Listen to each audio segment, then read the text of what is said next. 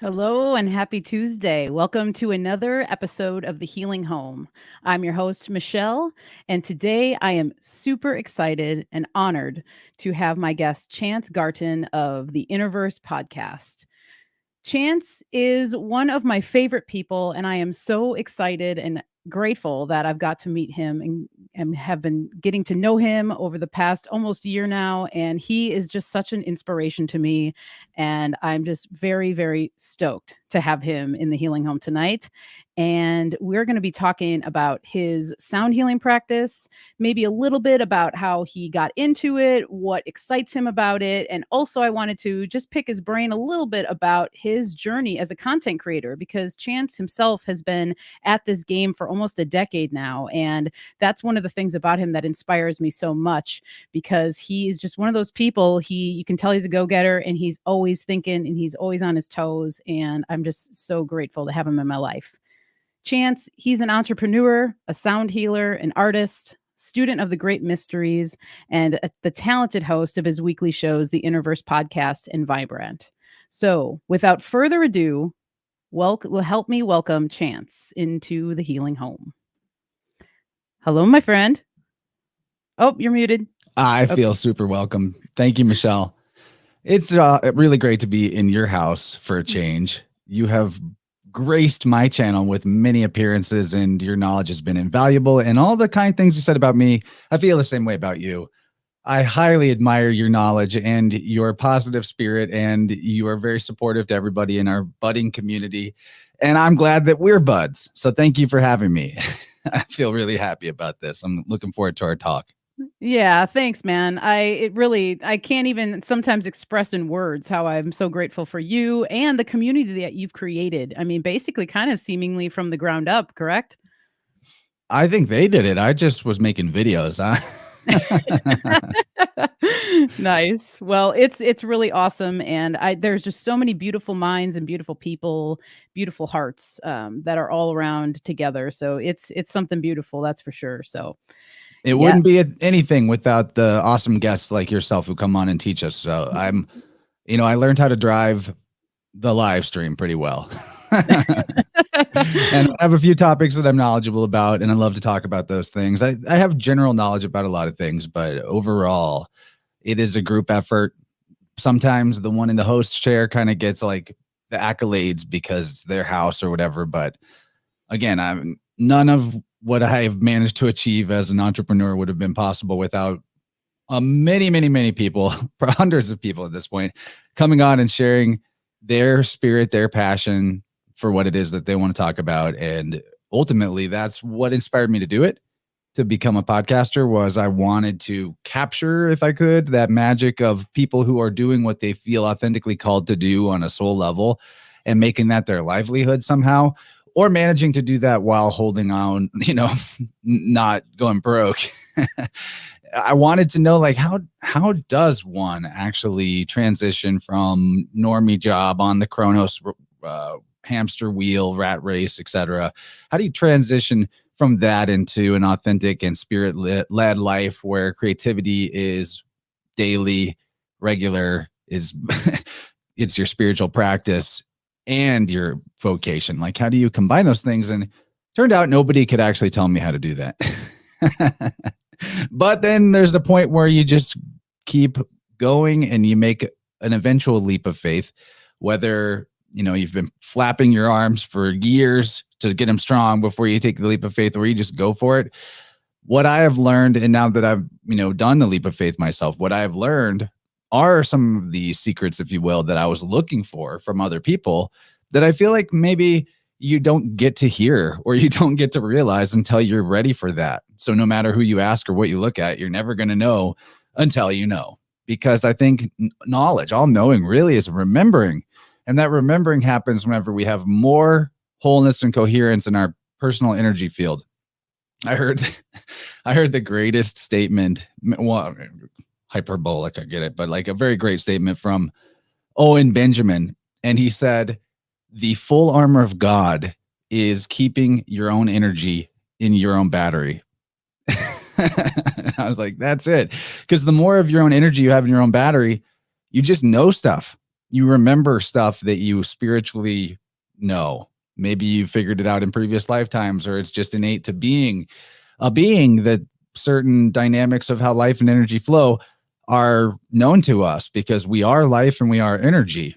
But whenever you don't have that juice in your own battery, it's like every drop of juice that you don't keep in your own battery that you feed to vampires, and you self-victimize, playing the role of the empath who's been wounded by all the bad men and bad ladies. Each drop of that juice that you lose is like an epiphany, And there've been times in my life where I totally recognize that, where I'm like, I come to a realization, I have the epiphany, and I'm like, wait, I've had this epiphany like 3 times. But when my energy dips lower than a certain point, it's like that information is not accessible. I'm not at that frequency, for lack of a better metaphor. So I feel like I'm at a pretty good frequency nowadays. And there's always more balancing to do and more growth and getting stronger and getting smarter. But overall, that's kind of a nutshell introduction. I don't know. Yeah. You asked me something. No, that was beautiful. That you did exactly where I was going to want to take us. Was how you got your start here and what inspired you to just be on the path of being a content creator. And I loved what you said about the energy, and it, like, when you're leaking energy, you're just you're like unable to be present. And I think that's the biggest thing, is just the presence of mind that's so important in everyday life, whether you're working at a job or you're trying to do your own thing or whatever. If you're not present, that's like more than half the battle, in my opinion. And as a person who had to kind of, had to like really learn some hard lessons in order to learn that, I'm just even more grateful for the opportunity to be present. And I feel like I find it easier to be present nowadays, whereas when I was more distracted, didn't want to have to deal with the hard things in life, if you're not ready to deal with the hard things in life, life just gets harder. What do you know? It's like really this really weird, funky thing. And it usually takes somebody else to kind of help you acknowledge those things. Somebody that might be someone you could look up to, or someone that's looking out for you to maybe bring these things into your attention. Because when you are checked out and when you're so much in the mindset of projecting and worrying about the future or whatever it is, you're like so unpresent, you're not even able to like take a second to gather your thoughts to figure out where the heck you are. So yeah. What you just said is accurate, because your energy is your consciousness. So if you are low energy, if your body is constantly just fighting to stay in homeostasis, you are going to be more distracted. Just think about that word, distracted. It's like traction. The rubber is not meeting the road between your feelings becoming thoughts, becoming actions. And that's a big thing you see in the biofield a lot, especially with root chakra energy problems, which is that mental energy is like spinning up here, but it is not getting to physicality for whatever reason. Now, what you said too about sometimes it takes somebody else to come pull you out of the stupor. What I find is that no one can pull anybody out of a stupor. I'm not negating your statement, but just like I've tried with family members, and, I've thought about all the different strategies of like shake them by the shoulders, slap them, wake up, wake up. Seems like the only way that you can really get somebody to, get a clue is by making it fun. So, you tell them what they're doing wrong. They don't want to hear that, especially if they're already in a distracted state. So that's my only caveat to add to what you said, which is that nobody's going to pull you out of whatever funk you're in, but you. Nobody is going to flip your couch around and help you understand your obstacles and challenges are actually your path. They are guideposts on your path. They are the course. The obstacles are the course. It's an obstacle course. Doesn't that make your inner child happy to know that? But if you're looking at every possible challenge that comes up as like, oh, no, I have to take care of this, and then I have to take care of that. And then that's when it piles on, because you're avoiding. And you're avoiding because you're trying to stay where you're at, trying to stay comfortable. But there is no such thing as staying where you're at. Everything keeps moving. And if you are holding fast in stasis, nature abhors that, and it starts to break down. Leave something in the forest, leave it staying still. And what happens is like fungus growing on it and starts breaking down. Like a badger comes by and takes a bite of it, whatever. It's like not happen, and you're not staying still and you're not staying comfy. And, that's the other thing is once you get your mindset wrapped around the challenges as being, this is like the quest, if you're playing a video game, do you just want to like stand? I'm not saying life is a video game, but as a metaphor, do you want to just stand there in the field and like look around and take a break? Or do you want to go do a quest? Do you want to level up? And I feel like it actually does help a lot to look at life that way, to look at your challenges as opportunities. They're only opportunities, and kind of just rewrite the whole script for yourself. And then if that's how you approach life, where everything is fun and you're constantly funning and work isn't even necessarily in your vocabulary, and you stop being busy, but you're productive and you're present, then people want to take note and ask you questions about how are you doing that? And then they want to pick your brain, and then that might help somebody pull out of the mud. But if what we're modeling to the rest of the world is like that our challenges are roadblocks and we're stuck on them, or we don't like them, or upset about them, they definitely don't want to know what we think about health. So I think that's kind of like the key, is to know that you can't pull anybody else out of it, and nobody can pull you out of it. You have to make the decision. But that's the beautiful thing, is like, it's very rooted in the decision. Even if you don't know how you're going to do it, if you adamantly decide, like, I am changing X about myself, I am improving Y about myself, I'm going to do it, or I'm going to get past this seemingly insurmountable obstacle. Think about everything that ever was hard in your life. You locked your keys in your car. You don't know, you have no solution for that. How many times did the keys get out of the car and you got where you needed to go? Every time. So like, right. If you just look at every time that there's a new challenge or new obstacle, you're like, oh, keys are locked in the car. Got to get the keys out of the car. Got to find my keys. It's always going to happen. But if you're just like, oh, I don't want to take care of, I don't want to do it. Well, you'll be there until you decide to get the keys out of the car. And then you can go on again. So that's what I feel about that. No, that's beautiful, because you're totally right. It's good to clarify no one else is going to dig you out of your hole. I guess when I said that, it's almost like sometimes somebody has to like either point something out to you to make it obvious that like, hey, dude, you're doing that. And if you want to be better, you should probably think about maybe doing it this way as opposed to that way. And sometimes when someone else brings something up, it can help. But there are a lot of times when you could say everything to somebody that is just like sinking and they're never going to change. I guess like from my perspective, I always have the outlook of Mario. Because he was the person that would help me to see things where my holes maybe were. And it would stop me in my tracks, and I'd be like, okay, he's right. Like I do that. Now let's work on that. Let's think about it. But not everybody comes at it from those perspectives. Not everybody it's so good to have the conscious partner. It really is. And if you are willing to actually, if you're not going to get butthurt that somebody's going to be like, okay, look, here's what I observed about the energy dynamics of you just now. If you look at that and you're like, oh, wow, because you're going to miss things that you have just put on your default setting. And yeah, you're very lucky to have that with Mario. I'm very lucky to have that with my Jennifer. So we're in good shape. It's like really helpful, actually. But if your mindset is like, all obstacles are bad, and if I'm already fine how I am, and there's nothing I can improve, or I don't want to, then that's when it gets frictiony with relationships too, because like there's always going to be ways to balance and make the energy flow better. It is so helpful to have a partner that is, that you haven't intimidated out of ever being able to give you some kind of constructive criticism. And it's so good. It's like the greatest gift. And I swear it's the gift that keeps on giving. And so I'm just so grateful for that, and grateful to hear that you and Jenny have that going on and everything else, because dude, yeah, I mean, tough love is seriously one of the greatest gifts that has come into my life.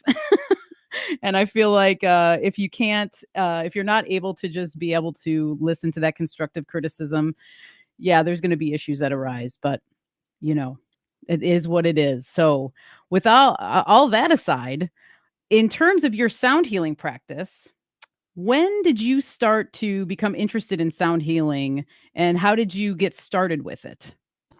This is great because I want people to come away from this conversation not looking at me like, wow, he's a magical sound healer guy. He really knows sound. He understands frequencies and he has the occult esoteric knowledge and special powers. No, no, I really want people to come out of this with like, I could do that. I could be doing that because at what point in history did like every man know how to change the oil in the car? All right, now raise your hand if you can change the oil. I can, but I've never done it. I mean, I don't know if I can. I know that I can, that I'm capable, but I have not done it. I don't have the neurons connected and the memory pathways. And like, I'm not currently someone that does that, but I could do it. And so I feel the same way about tuning. Like it's like an oil change for your body, for your biofield. And I think we could all learn how to be putting this stuff to practice. So I was able to, I started this in 2019. I think that's where really the journey began for me. I heard Eileen Day McCusick, who I have to stress that like, if you are even slightly interested in energy and sound and things we're talking about today, go check out Eileen Day McCusick's YouTube channel. Her books are incredible. So the first one is called Tuning the Human Biofield. That one is great if you want to learn how the process works in depth and kind of hear about Eileen's journey to discovering the method. And then her second book is Electric Body, Electric Health. And you can find some great conversations with me and Eileen on my channel on InnerVerse. She's a personal hero of mine. And so I heard her on, I think, the Higher Side Chats, maybe before that, possibly as early as like 2017 or 2018. But then I heard her on Crow, and I had heard of her before. So I know I heard her somewhere else, but heard her on Crow in 2019. And something was just like, there were bells going off in my brain. Like, this is it. Check into this, check this out, and I've explored alternative modalities. I'm an avid podcast consumer, like probably most people in the community. And not everything that I hear about is just like shooting an alarm bell in my consciousness, like, check this out. And it was like huge. So, listen to those when they come in, go explore it. And I got her book. I read it pretty fast, the first book. And I got myself a set of tuning forks. This is all in 2019. But actually, let me back up. Before I got a set of tuning forks, I got a sonic slider. I've told this story before, but I will retell this because this is a really important part of the story.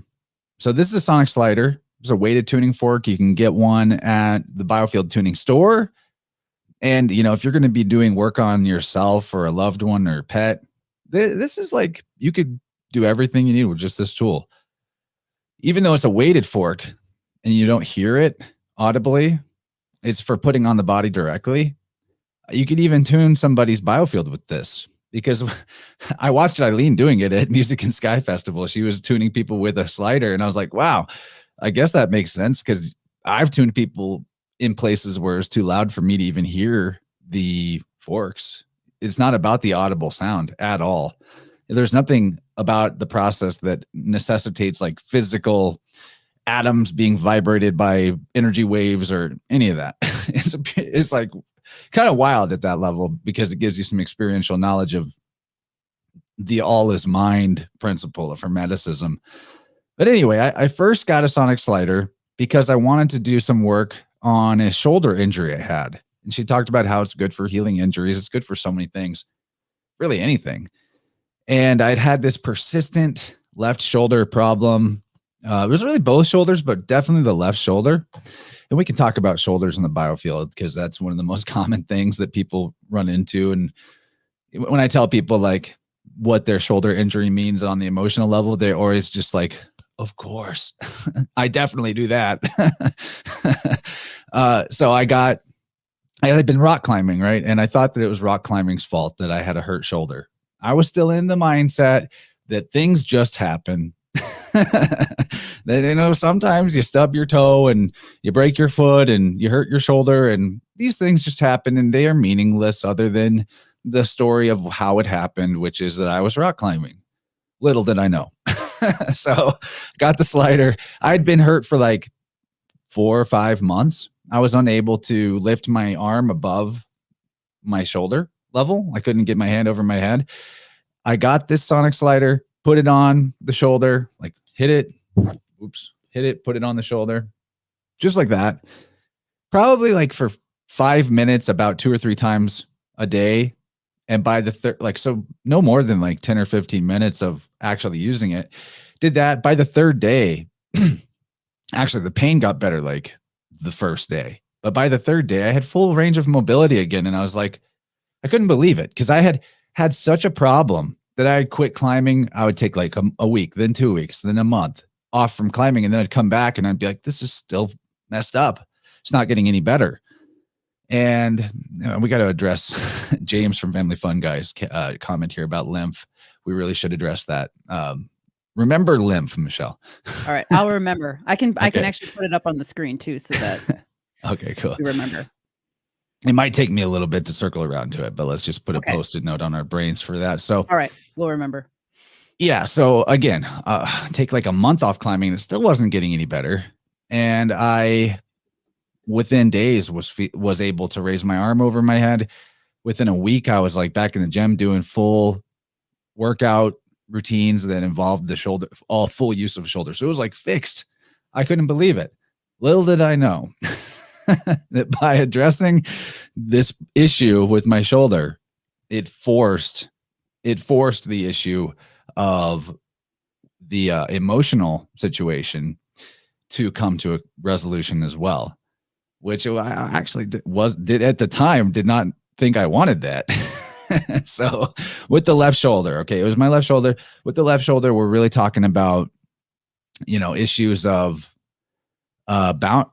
everything at the shoulder level honestly has to do with issues with boundaries. But like, to put it in a very simple way, the left shoulder is like, or the right shoulder. Let's start with that. The right shoulder, because most people are right side dominant. The most simple way to understand shoulder injuries is like, who are you carrying? You're carrying somebody over your shoulder. You're doing their work for them. You're carrying them. On the left side, it's more like you're carrying their emotions, their feelings. And so with the, what was going on with my particular shoulder injury had to do with feeling constantly defensive against the negative energy of my then partner, and absorbing all that. She was very traumatized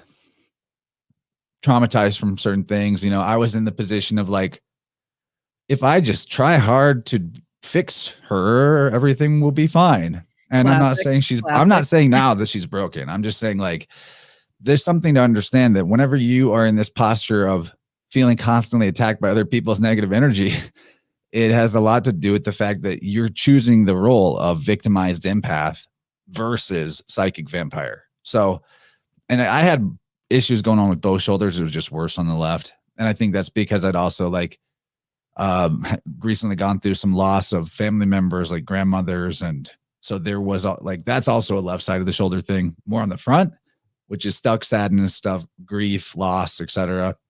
And that correlates to more areas than just the shoulder. The shoulder is sort of like the boundary between the heart chakra and throat chakra. So there's a lot of overlap with those. And in terms of grief and sadness, the lungs really hang on to that too, not just your physical heart. But I'm kind of getting into tangents. So I did this tuning on my left shoulder with this sonic slider, fixed it up. And then, within a few months, I was single, wow.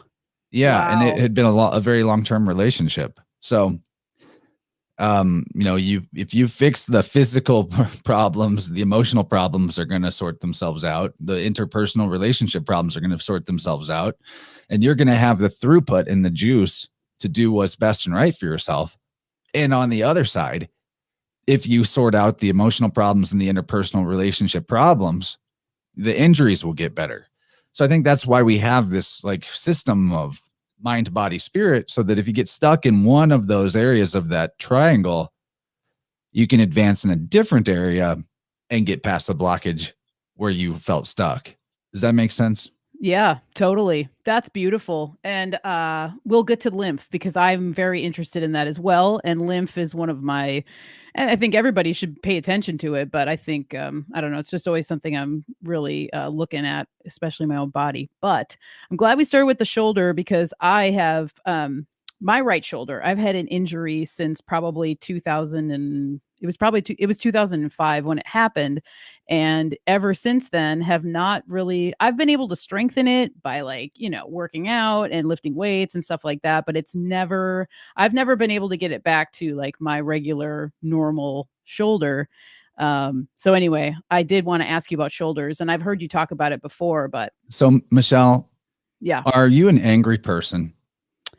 I would say no, but I would say when the injury happened, I'd say I was. Exactly. Yeah. So Yeah. I'm going to use this as an example that the right side of the heart chakra area and the shoulder being the borderline between throat and heart, really a crossover, they sort of merge there. What you're dealing with that shoulder is holding back aggression and assertiveness and unexpressed anger. So at that time, it sounds like you had reasons to be angry, but you were holding it in. Most of us do that because we think, oh, angry people don't, or angry people aren't cool. I don't like to be around angry people. I'm not an angry person. But the irony of that is when we set up that belief is I don't get angry. Angry people suck. What happens is universe will then present us with angry people all over, and they're going to be like trying to pop your bubble and get in. That's like metaphorically, like that's the energy of yourself that you are rejecting that is trying to come back and join with you. And it's doing it by like, are you sure you don't get angry? I'm going to try really hard to piss you off. And so what I have noticed is, one of the beautiful things about working with energy and seeing your injuries and your emotional problems is like tied together and all the stuff in this realm of like truly holistic healing is that you find that your immediate family is also a reflection of your energy field. I'm not saying this is a 100% thing and everybody makes their own choices, including family members, but I've noticed that families heal together.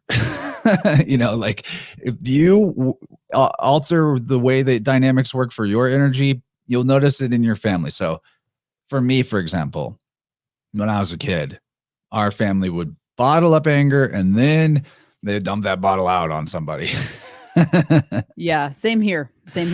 And so now though, I've noticed that, I'm sure I still have work to do on this, but I'm more able to just in the moment when something it angers me, just to like, hey, chirp at whoever it was, tell them why I didn't like it and why it sucked. And then I forget about it in 1 second. But if you don't chirp at them when they piss you off and you just like, you just feel the pissed off, but you just don't say anything, that is what adds up. And that's what starts to wear down in the heart chakra region, the throat chakra, shoulder, thyroid, etc. So, I have noticed that since I've worked on myself in this way and continually do so, that my family members, my mom, my dad, my sister, they don't blow up at each other like they used to. They will still make each other mad. But whenever somebody makes somebody mad, they tell them why. The person hears them and is like, maybe they do or don't agree that they did something wrong, but everything's out in the open and it's expressed at that time. And then nobody like bottles and it doesn't come back around later and explode. So there's a place for anger. It's super important. We could talk more about anger if we wanted, but just with your right shoulder, it's probably related to holding back assertive energy, aggressive energy, anger energy. So, what I would do if I was you is I would set up like a little time for myself to, and this strategy can work for anything at any point in your life. But since you know when it happened and some of the dynamics in your life that maybe were bringing in anger that wasn't getting expressed at that time, if you could guide yourself through a type of meditation where in your mind's eye, you go and meet Michelle circa 2005 and you see her as you see yourself now, in as much acceptance and love as possible. And you talk to her in your mind and ask her what's wrong. What are you angry about? And then listen to Michelle from 2005 tell you everything that she was angry about and not expressing till she gets it all out. And then authentically appreciate and love her. Accept that she was angry. Do not say that she was wrong or bad. Accept the wholeness and beauty of her as she was in that moment. And then, see what happens from there with the shoulder, because I think that there's this fascinating thing that happens with stuck energy in our biofield. There's another way you can look at it is it's actually fragments of yourself that you left behind. And I say almost, but it's like kind of literal that if this stuck energy is compartmentalized enough and there's enough of it, it's almost like you actually have a copy of yourself from the age where it was happening that lives on the psychic plane and is like, I think what people see as demonic attachments is really that it's like fragments of themselves from a certain age, and those fragments are stagnants. Dude, totally. Wow. Thank you for that. And that's a beautiful meditation idea. And I'm totally going to do it, because I know that there's I always will blame the, it's the rotator cuff. Like I tore a ligament. I can tell because it pops out, when I do certain movements. But I'm always just thinking about what this means. And I've thought about that moment and all those things, but that meditation will help me to go through that, because that's really beautiful to kind of just accept yourself as who you were in that moment. That's beautiful. I love it. And what it works for so many things. I believe pretty common that I actually do lead people back to a traumatic, there was a client that had an abortion when they were 14 and needed to be guided back to meet that version of themselves and send them love, because that version was a really fragmented fragment. Man, it was there was a lot of self-loathing tied up in that fragment, and that can be one of those powerful parts of a session. And that's not even, the forks aren't even an aspect of that. The forks, to be really clear about tuning, in my opinion, it is not really about the sound healing you. The forks are like a detection tool that help you find where and what and where and when, right? And then we bring that into consciousness, bring that into awareness, and then it's really they are making a choice how they want to be from there and what they want to believe about themselves.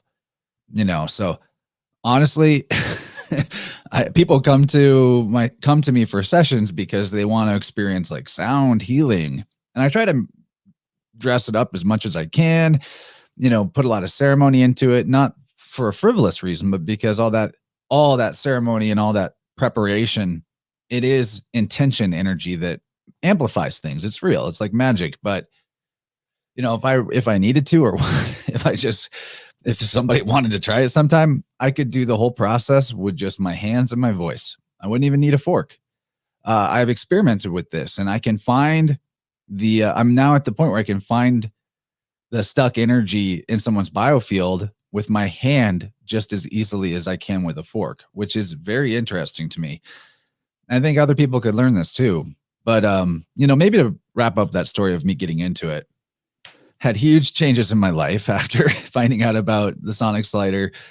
I wound up single, got myself a set of forks, which forks, why I picked what. We could talk about all that if we wanted to get into the nitty gritty, but it wasn't until the middle of the year last year that I started really taking on clients. But I spent a good chunk of 2020 and into 2021 experimenting with them, practicing on people, learning what it's like to do tuning and getting comfortable with playing around in people's energy field, and also working on myself. And it's really been this year that I've I say full-time, 3 or 4 sessions a week with clients, and really looking forward to going into the future with this, because a lot of this year was learning. And that doesn't mean that I wasn't it wasn't helpful for people to go through the process with me. I think part of the leap of faith is knowing that the universe, God, life force energy, the supreme being, whatever you want to call it, is, the big higher self is never going to present you with a mirror in the external reality that's not actually a mirror. So what I mean by that is, like, you're never going to get a scenario if you're okay. I don't know about people that are like shady and bad intentioned. I guess you'll get that in the mirror. But if you're truly intending to help, what you're going to get in the mirror is who you can help. And you'll get, maybe the next week you'll get people with new situations you've never encountered before, but it won't ever come until you're ready for those situations. And a lot of the time, those situations will be directly related to what you're working on in yourself at the time. And then it gets to a point where, like, you're no longer so much caught up in the mirror aspect of it. It becomes a little bit, I won't say repetitious, but like you get to a point where you've seen a lot of what might happen, a lot of what people are dealing with. I always give people the metaphor of, everybody's life story is unique. Everybody's special and different, but think about every masterpiece painting that's ever been painted. How many colors did they use? And that's it. So we're all composed of these emotional energies that have a certain spectrum to them. And we identify those with the chakras, but we're all way more tuning a lot of people has shown me we're all way more similar than we are different. We're all dealing with the exact same types of issues, but with just different narratives attached to them. And a lot of times those aren't even all that different. So that's true. Yeah. And I always love the thought of just like what you're presented with, the things that you can handle. God, the creator, whatever, never gives you something that you can't handle. And that's something I always try and keep in mind when anything's happening in my life, good or bad, because you have to be able to have a balance. And what comes to mind when you're talking about how you like to practice this modality of healing is that you're a sound shaman. It's more than like that's what comes to mind, because the term sound healer can kind of be really broad. And I mean, we've talked about this. I've heard you talk about this, but it kind of can be even become a trap that people fall into, like in the new age movement. And then it becomes this whole woo thing. And it's almost like this label instead of actually doing actual genuine healing, which just from the way that you talk about it and what I know of you, that you are actually really moving major energy for people. And it's not just this surface level, like, oh, I'm a sound healer and this and that. And it can get really whimsical and just get lost, which would actually just create more damage than anything else, Well, it leads to a lot of bypassing for sure. Totally, man. Just ignoring. And, I want to add, to wrap up a thought real quick, and then please continue. But when I said that it gets a little more sort of mechanical or like repetitious in terms of you're not getting into the mirror so deeply with, whoever you're working with being in a direct reflection of what you're having problems with right then. I think that that's sort of like you get to a point of balance where I'm not saying it's perfection or anything. I'm not perfect or anything, but that you're doing more like, your interface with the client is more like regular maintenance for yourself rather than like, I got to heal this and I got to fix that. It's more like, okay, here's my dose of regular maintenance, because when I'm, when I am working with the client, especially in the preparation, to really be in the zone, I have to keep myself in the zone. So, I tell people that when, pricing wise, that's what they're paying for, not for just the hour of forks, but for me to be in the zone. There's a lot of stuff on the before and after that people don't see that, I should be doing for myself anyway, but that a lot of us struggle to do, like our movement practices, like our meditation, like our grounding, etc. A lot of us struggle to do that because we're on the hamster wheel. We spend 8 or 10 hours on the job, and now we don't feel like we have the juice to do an hour of qigong or something, or even 20 minutes of it. So my point being that the mirror aspect of it gets a little less directly personal as you go on and becomes more like regular maintenance. Like I'm just washing the windows, and they got some stuff on them, keep washing them. Cause you're never going to get a point where you're like, I'm done with healing. I'm done with balance. you keep, that is what balance is that you're adjusting and then you're adjusting and then you're adjusting, and that's life. Accept that. And then the obstacles, like I said before, instead of being some kind of curse from the devil, all your obstacles are telling you where to take action. All your squares in astrology are your opportunities. It's all like that. It's all the constant balancing act is great because that's how we have perpetual energy and continuous existence. Otherwise, if it was like, I have achieved perfection, then you might as well be dead or cease to exist. So, Yeah. enjoy the obstacles, enjoy the challenges. That's literally what life is. I couldn't agree more. Honestly. And one of the things that Mario will often say is pressure makes diamonds. And that's a very common statement. It's not like a new statement of any kind, but when you think about that, it does help you to just remember that and know that all these challenges are actually going to make you a better person and help you grow ultimately. And I want to go to the lymph subject now. Oh, Because yeah. Thank you for yeah, holding on to that. that's a really great one. And let's hear what you have to say about lymph and move in it with sound. Well, you might have, I want to know what you think about lymph and getting, lymph flow or blockage. What is that? What do you know about that in your experience with health? Well, I mean, mostly, a lot of it has to do with when you getting it moving, you can take herbs to do that, which they'll help. And that's one of the things I kind of wanted to talk to you about with like herbs and sound and how they kind of relate and how they're actually, I think, very, very closely related. But usually it comes down to touch for me. It's massage, and then it's just being aware that it's happening or being aware that you might feel some sort of blockage and then focusing the energy on it, but not going into a fear state, because that's what I think will block. I think that fear actually can be a lymph blocker. I think there's all sorts of things that can block lymph, but I think that if you're like feeling something or okay, I'm swollen here, a lot of times people's first instinct is just to be scared, like something's wrong with me, what's the matter, instead of just addressing it from a gentle place. And without going into like specific herbs that will help move lymph, because that would just be a listing off of things. That's what Maybe I name a found. couple. Maybe Okay. we want to know. Well, one of the first ones that comes to mind is called cleavers. It's and when you see it, I don't have a photo of it on me, or it's not just in my pocket or whatever. But it's kind of like, it looks like the lymphatic system. It grows wildly in so many regions, and it's actually usually called, I don't know if it's called sticky grass or whatever, but it's like it will stick to you when you walk past it.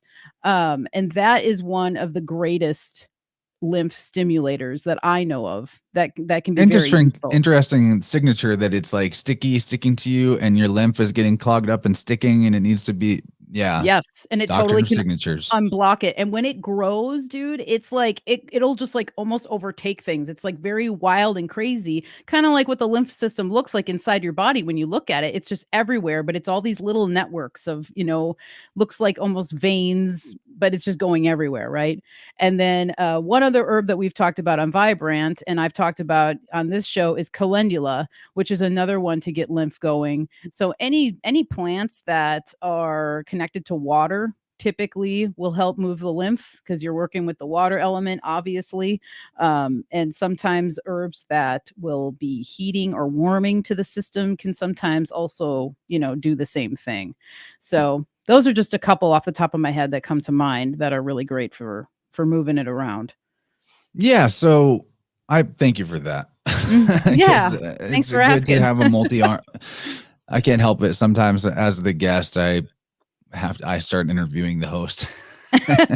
No, you're good. I'm loving this. It's good. It's going great. By the way, you're a great podcast host. You're cut out for this completely. And I love being here. Thank and you. I hope it's not the only time I come on, but it won't be. Lymph. Okay. So a lot of strategies for moving lymph around have to do with like self massage, right? And you'll get instruction to like really put pressure on the cheekbones and like press on the lymph node. And that whole process is effective. It is, but it can be very painful, especially if you have a major blockages. It will help get things flowing and moving, but you might be doing it at the expense of like having sore cheekbones for many days afterward. And then you might have to keep doing it and it's like hurting more. Don't get me wrong. Sometimes it's got to hurt to heal. That is true. But you can get a weighted tuning fork. Doesn't have to even be the sonic slider, but I think it's the best one. And you can put that right on your cheekbone. Oh, it feels great. And this subtle, gentle vibration from the fork directly to your, especially on that bone conducting the vibration, will cause the lymph to start to flow on its own. And it doesn't cause pain and it doesn't cause bruising. Way, way more gentle. So one of the many uses of the weighted tuning fork that I wish everybody had one. Please, everyone, please go get one. If I had an affiliate link to the Biofield Tuning Store, I would be sharing it right now. But just go to the Biofield Tuning Store and get one. Because it's like, do you want to spend money on, I don't know, ibuprofen or aspirin for the rest of your life? Or do you want to just put a fork on it that you buy once and it's good forever? Dude, that's awesome. Put a fork on it. Put a fork in me, Jerry. I'm done. So anyway, you can apply the sonic slider directly to the lymph nodes and you'll just feel it start to unblock and flow. And it's incredible. And you can never do it too much. You can put it on the neck, lymph areas, anywhere. Yeah. Sonic slider, best $100 I spent. Nicholas gets it. And he probably spent $100 to get one of the attachments, which I do recommend. The circuit boot attachment is really cool. Spreads out the vibration on a wider surface area, but you can just get the basic sonic slider too. Really That's good awesome. Stuff. Yeah, we need to have one. I mean, after just... How dare you not have one yet? I know. I almost can't believe it after all these years of just like knowing that this is a modality. It's very valuable and everything, but we'll get one. We'll get it. We'll have one around because it just seems like it's just invaluable, as you've said so many times. So one of the things I did want to bring up to you, because you're a wordsmith and I always love how you can just like, you're taking words, you're breaking them apart and being able to just, make more sense of them. When I was writing notes out, I was writing frequency and frequently interchangeably. Like I would use frequently when I was meaning to write frequency and vice versa. And I'm like, oh, dude, okay, frequency, frequently. And then I just had the thought of like frequency is all around us at all times. So like frequently you're running into frequency. Does that make sense? Or am I just like spinning in my own head? Related. Frequency, and they're both from a Latin word that relates to like a crowd or a gathering. Okay. Frequens, something like that. Interesting. Yeah. So your frequency is like, you've all seen the sound, visual representation of sound. There's a middle line and then there's the sound wave doing a sine wave pattern going above and below the middle line. The frequency is how many times does it hit the middle? So, metaphorically, it's kind of like whenever you spin a top really fast and it appears to be standing still and standing straight up, like it's not moving. It's the same thing with frequency. Whenever you hear the often horribly misunderstood, raise your vibration, raise your frequency, it's not that you literally need to vibrate more. It's that, in the correct understanding of this, in my opinion, it's about hitting the middle, being so in the middle, so centered that it appears, if your frequency was so fast that up and down was hitting the middle so rapidly that it looked like just a straight line, that's what I'm talking about. Does that make sense? Kind of like a top that appears to be standing still. So, how frequently is your frequency being centered? How often are you getting yo-yoed to the left or the right, the ups and the downs, the highs and the lows? How often are you remembering to center yourself, to still yourself, to be in the stillness? So it's not about vibrating like, ooh, it's about finding stillness in an interesting way. Yeah, that makes sense. So And really, like, we literally want to lower our vibration, but metaphorically raising your vibration is symbolic of being more in the middle. Yeah, that makes sense because I always do think about there's like a diagram of like always staying at 0, there instead of, getting really excited or really down, trying as best you can to be at that middle point. So that relieves you of having high expectations for something and then being let down. You know what I mean? You could go on with all these examples, but that's what that makes me think of. And I just loved that little connection I was having with the frequently, and thought that there'd be something that we could dig on in that Oh one. yeah, that's a great thing to bring up because you do hear that all the time, like raise your vibration, You higher do. frequency. I It's don't know like, if you've heard, like, this high frequencies can be freaking annoying. well, dude, I mean, yeah, and like there can be super detrimental, which actually helps me Yeah. kind of segue into one of the thoughts that actually Mario and I were talking about earlier with sound is that so there's all these beautiful healing aspects of it and it's gorgeous and it can be lovely and it can change your mood to from down to high, all these things. But as we know, when there's just like we're talking about with balance, there's the beauty and then there's the discord. So we kind of we're talking about like weaponized sound and how sound has actually kind of has been and is used against us as a society, even in nature. You could go into what an EMF is. Is that sound? Is it vibration? Is it a combination? Not even EMF specifically, but what are some of the ways that you've noticed throughout history and time, even current, how sound has been used in nefarious ways? Woo! There's a lot of possibilities there. I know So that's why I was first of excited all, to talk to you about it. infrasound is a really interesting idea. So you know about infrared, which is below red on the spectrum, below our visual capacity. There's also sound that is below the human audio capacity to hear it. And there are even, as far as I know, I wouldn't be able to tell you which, but I think there are even animals that put off infrasound as like a way to mess with their prey or to throw off predators, things like that. So in terms of sound being used as a weapon, I think there's even a precedent in nature for that. Weapon is maybe a strong word, but as a defense, maybe. And, everything that is a weapon could be a defense, and everything that is a defense could be a weapon. Now, I've covered on my show in the past a lot the EMF question, more before I got into tuning, actually. And it's not like I don't think that there's a problem with EMF devices and what it can do to people, because it is like cooking you like a microwave. And we need to talk about music and sound from a cultural perspective. So we'll circle back to that. Don't let me forget about that in terms of things that we think are innocuous and how they might affect us. But, I've come to a different personal, I'll call it a belief. I wouldn't say I've like done the science on it or anything, but I've come to a bit of a different belief about these dissonant vibrational patterns. It has a lot to do with maybe Mitch, the orgone donor, as well. So we have these cell phone towers everywhere. We have these pocket microwaves everywhere. And we're like,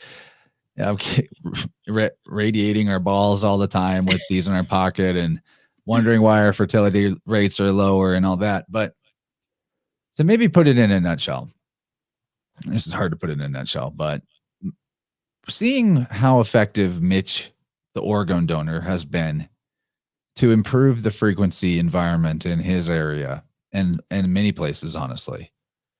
He sent me a lot of pieces of orgone scale. It's basically a scalar wave device.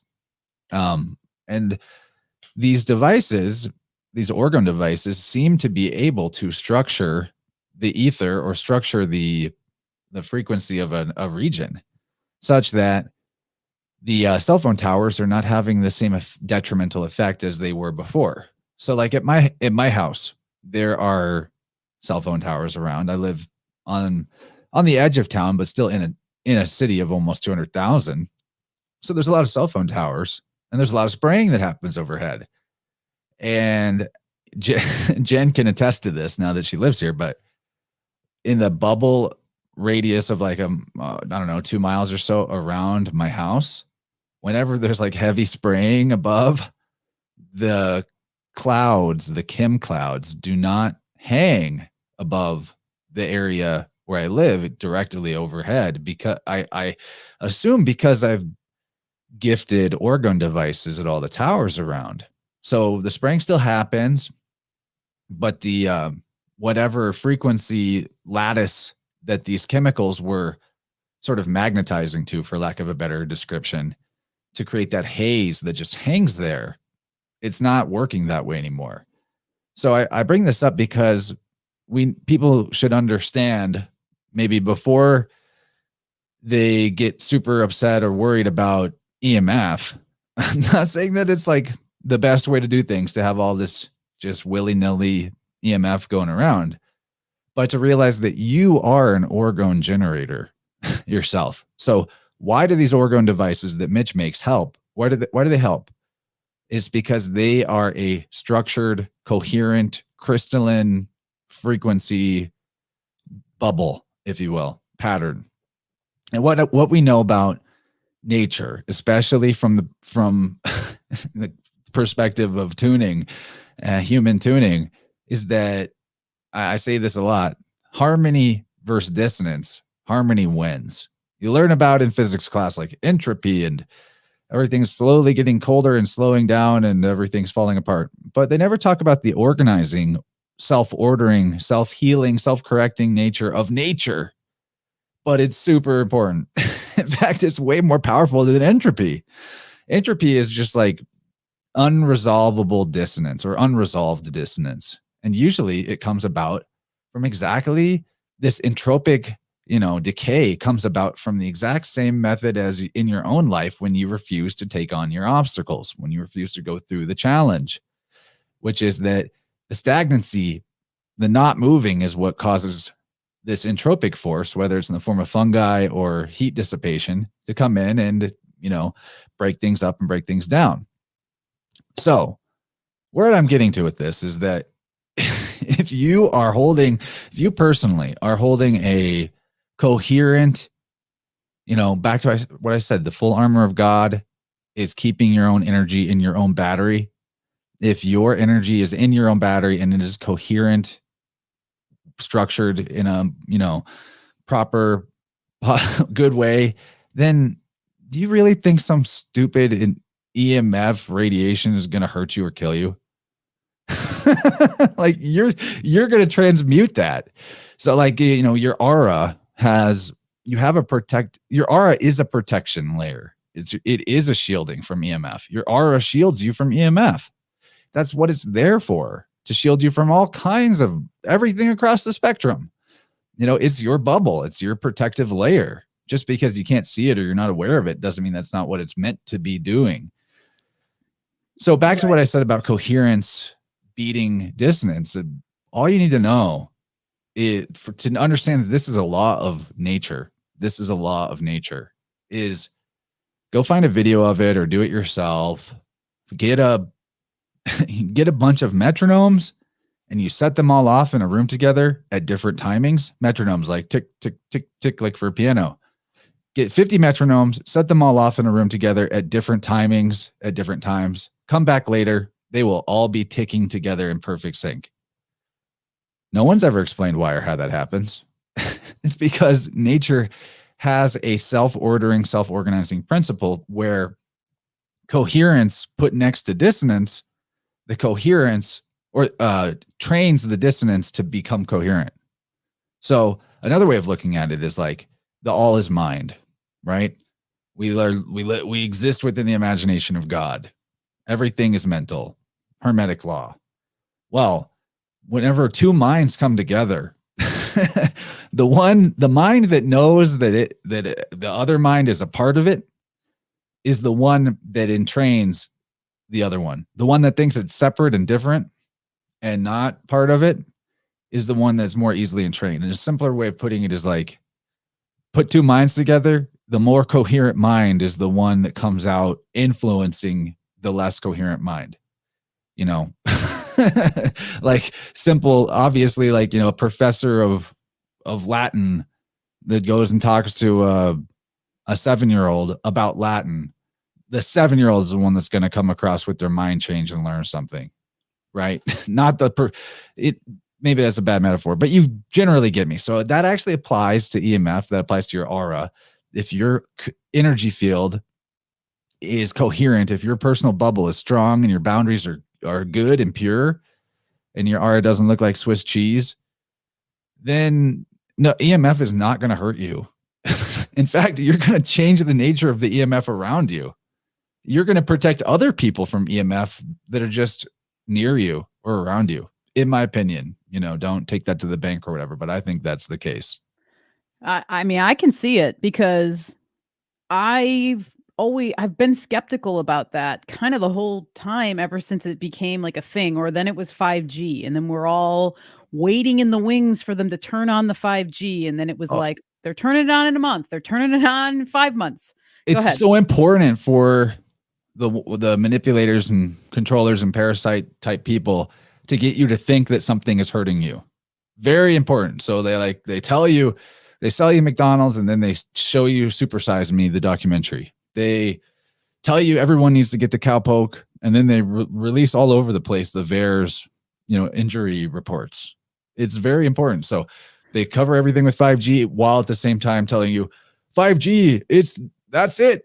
That's the kill switch. When they turn that on, we're all fried. It's over. Mount up, patriots. We're chasing Hillary through the sewers. We're going to get her, stop her from turning on the 5G.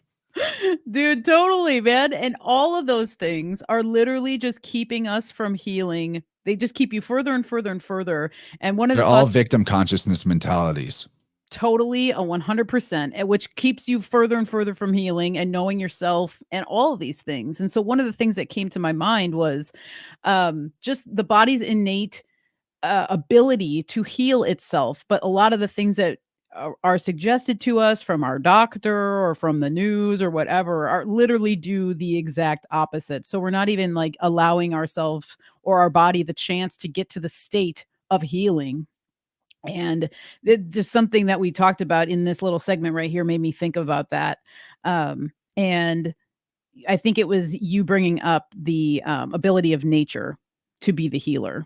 And I really do think you're right with our fields being able to protect us, because not only will it protect us from something like EMF, but it protects you from like the energy of somebody else that they might be projecting something. Although you do have to be aware of those things and like have your own practices to have boundaries with it. But we do have like a built-in protection system, just like our Yeah, and cells. you know what? Like if you want to put silver threaded blanket over baby, or you know, Right. cover your gonads with silver threaded underpants, there's nothing bad about that. That can only be good. Silver is an amazing vibration. Silver has so much information about it that is positive and helpful and constructive. So, you know, I'm not saying that you should avoid, like, that it's a waste to get the Spiro protection clothing that Matt Landman makes. I think that stuff's great, especially for people that aren't fully out of victim consciousness or don't have a very coherent energy field yet. You know, like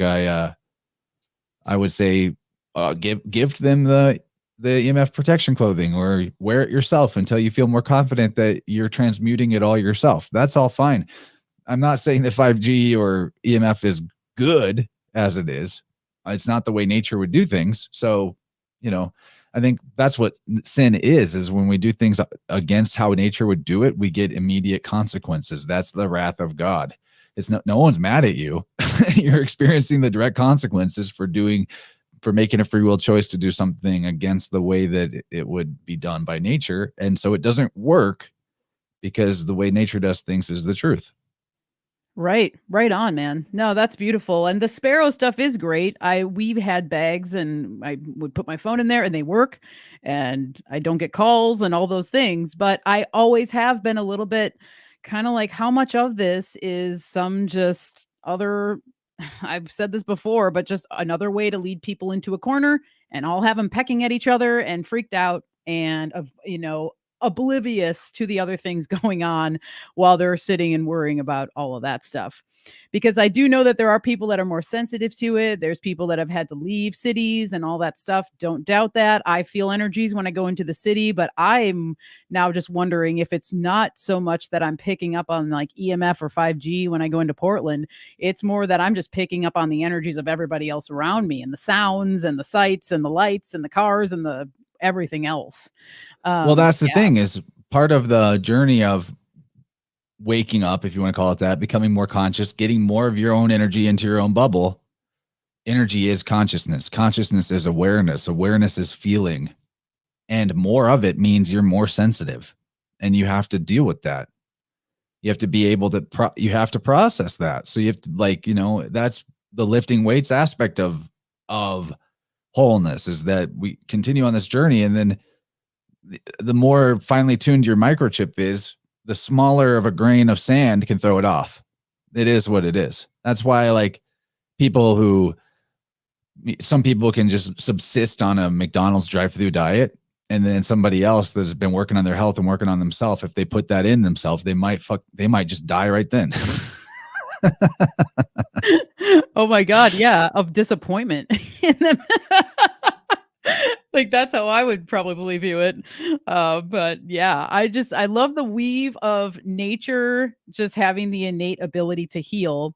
And it kind of makes me think about my thoughts I've been having with the plants and sound frequency and your experience with that. And if you've had any experience with maybe perhaps like doing dowsing on somebody, perhaps, or using forks, and then they took like a plant medicine. And then did you dowsing them after taking a plant medicine? Have you noticed anything different? Have you ever tried anything like that? Because I just wonder how much of like a plant's frequency Actually, no. would be picked up. So maybe No, I've something to never think really about. done any experiments on like before, after of I rarely really even know what someone may or may not have taken or be on when I do tunings for them. I assume not psychedelics, but I would be curious about that with all kinds of herbal medicines and plants, like how that affects their energy centers. But no, I've never tried that. But I want to circle back around to the idea of the cultural aspect of sound frequency and all that, and just make a couple of points, like for future consideration, future research. I'm very curious about this stuff, and maybe someone in the audience will look into it more and talk to us about it. But there are civilizations in the past that, in terms of what we know about them, had very regimented and strict rules about sound and about music, that you weren't allowed to make music that wasn't in the state approved way. And even to the point where, like, in the ancient Chinese dynasties, which I think you're getting to some pretty original stuff there in terms of like the worldwide empire and maybe the practices of these holy sailors that me and Dylan have been talking about on my channel, is that these ancient Chinese dynasties would even go so far as, like, when a new dynasty would take over, they would have a tonal center to their music that would become the new tuning, the new tonal center for the entire civilization. So, like, my family takes over, we're doing everything in the key of G now. And to the point where even the length of flute that is required to create the note that is the new main note of the dynasty, the length of that flute, the standard length, becomes the new meter or foot. So, like, everything, all units of measurement, all music, everything's retuned to this new order, because they looked at it like, when a new dynasty is taking over, there's a new cosmic order to things. This is heaven, divine right of kings. Heaven has mandated that this is the ruling family now. So we have to adjust everything to be in line with the new cosmic order, the new heavenly mandate. And while that maybe is a little extreme, maybe not, because, some of those dynasties lasted a pretty long time.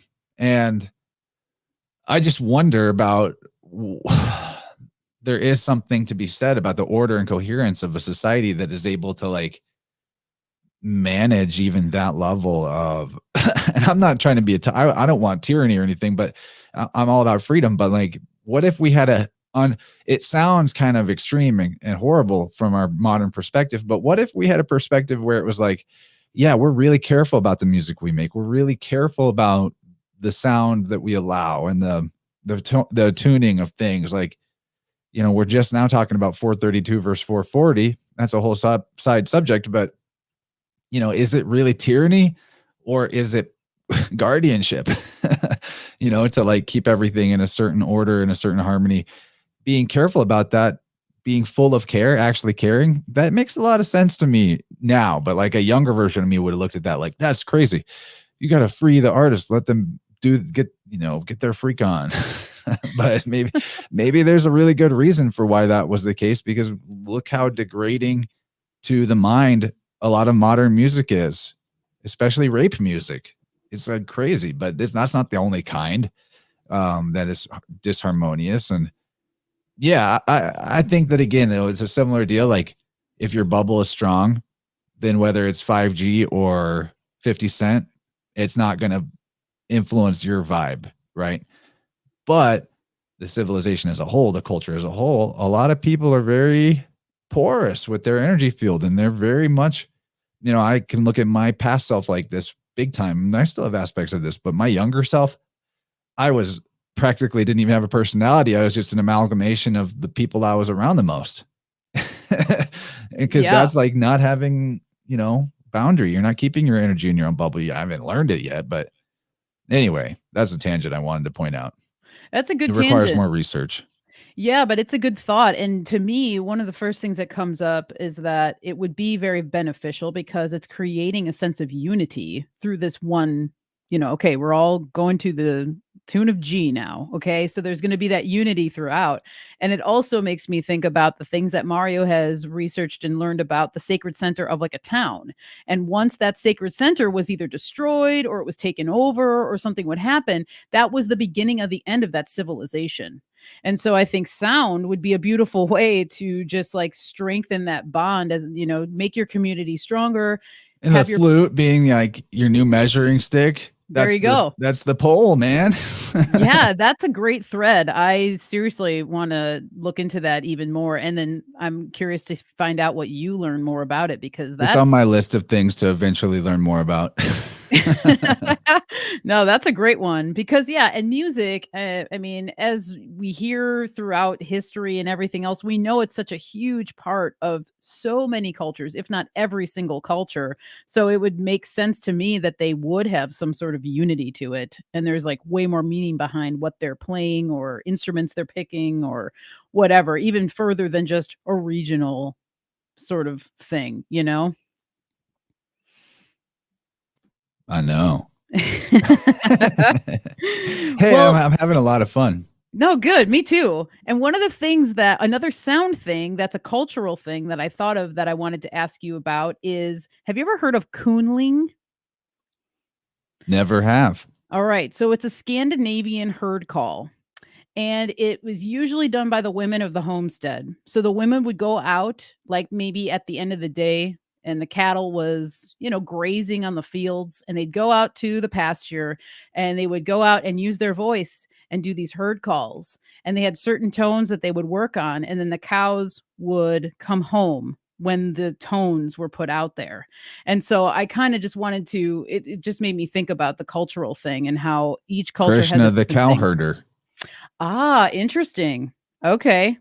Nice. Because my experience with I'll do that from time to time, and every single time I've done it, we don't have cows or cattle.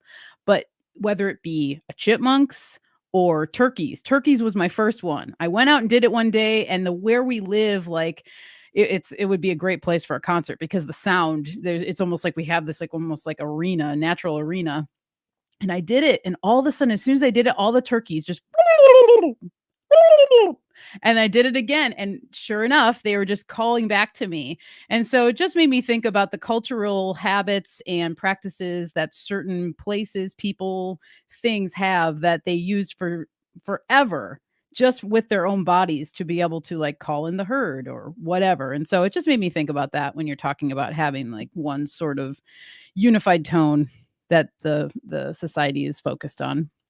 Yeah, it Make it makes you wonder, like, we're also living beings like the turkey. So has somebody a long time ago figured out the way to like get the the human cattle to like come in and give them their gold or what?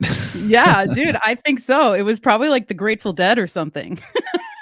Because I think about their whole wall of sound. I'm sure you've heard about that. The Oh Grateful man, Dead. there's so much grapple with the Grateful Dead. It's insane. It's crazy. And I mean, I would love to Literally do a whole intelligence episode agency. straight up. Yeah, Cut the from the whole thing's a cloth, psyop. baby. It totally is. And so that whole wall of sound thing, and if anybody out there listening has never heard of this, I encourage you to just look it up. But they literally formulated their very own sound system, the way they set up their speakers, the way it was literally a wall of like monitors and speakers, and their sound, they have a particular sound. And so that's another whole way that they were manipulating people and getting them into the mood and all that kind of stuff. It goes deep. I mean, and that's just kind of goes along with that nefarious side of it. And then the whole, what was it called? What was that music festival just a year or so ago? I don't know. Astro World or Astro World. is that right? Is it Astro World? I'm pretty sure that's what it was, because I just remember Oh, hearing God. stories about these people. I was there, and then all of a sudden I was passed out and I didn't know what happened. I wanted to throw up, this and that. It just, the things that affect us that you can't see are, they go deep. They go real deep. Yeah, I came, we didn't cover this off, but I really came from music festivals and that culture. That was my road to here, actually. That was my road from being like a normal white Anglo-Saxon Protestant to, wearing this really cool shirt that I got for Christmas from my sweet lady. Nice. And having crystals everywhere and playing with tuning forks and being a podcaster and making weird art. All that came from my entry into music festivals. And that world was so amazing, awe-inspiring for me.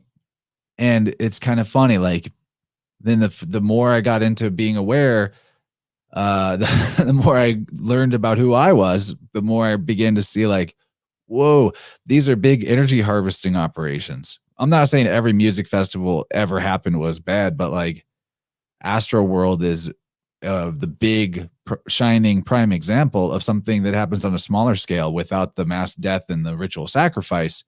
Well, I won't say without the ritual I've seen ritual sacrifice at festivals that at least that I believe that's what I saw.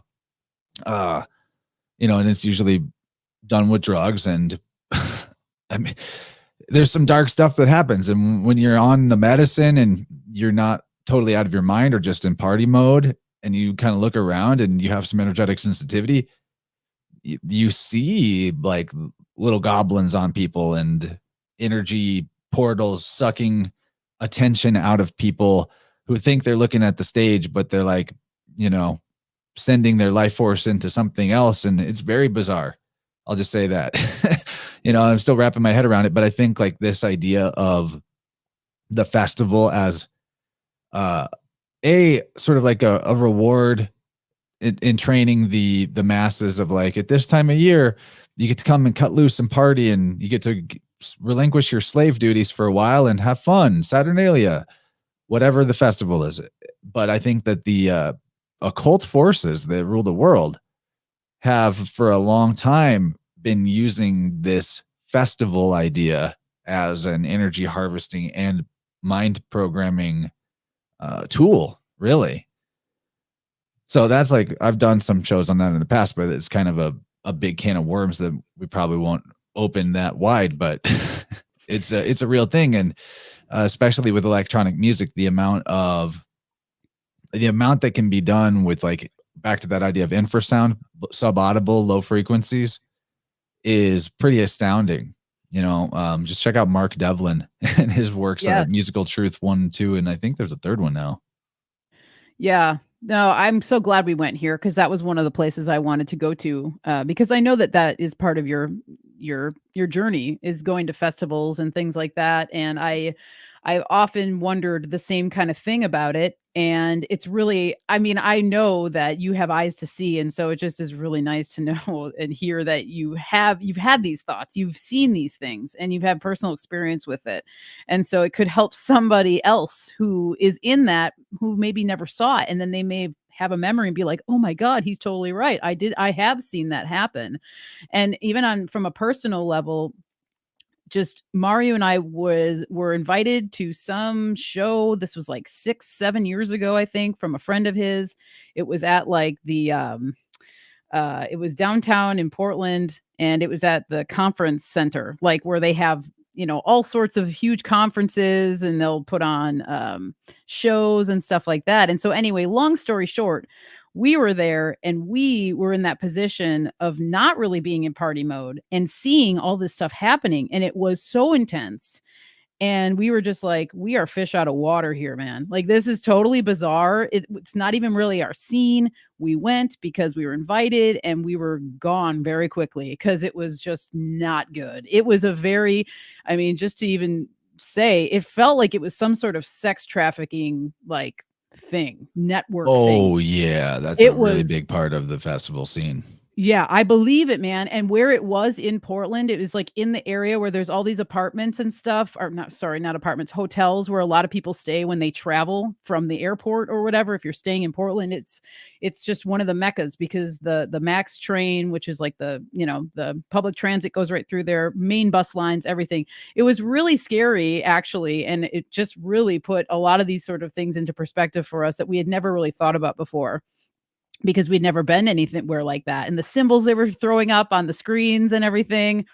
Whoa, even to this day, I would just am like, wow, I almost can't believe we were there. We were there to bear witness. And then I ended up going down this huge rabbit hole, and I like researched the company that was putting it on, and they're super nefarious and all this weird stuff. And anyway, yeah. I believe the sex trafficking thing is a huge part of it, because drug trafficking, of course. Totally, man. All these the big two events go hand in hand, because most of the time you need drugs to traffic somebody for sex. You need to have that as your control mechanism over them. Like, do what I say and I'll keep giving you your drugs. Yep, indeed. And as we've all heard, usually if you're in these rabbit holes, all these big events like the Olympics and the Super Bowl, all these huge events that bring in thousands and thousands of people, millions of dollars, are the places where these things are happening. And festivals are kind of like that. So, yeah, whoa. That's dark. That's a dark rabbit hole, but it's real. It's happening.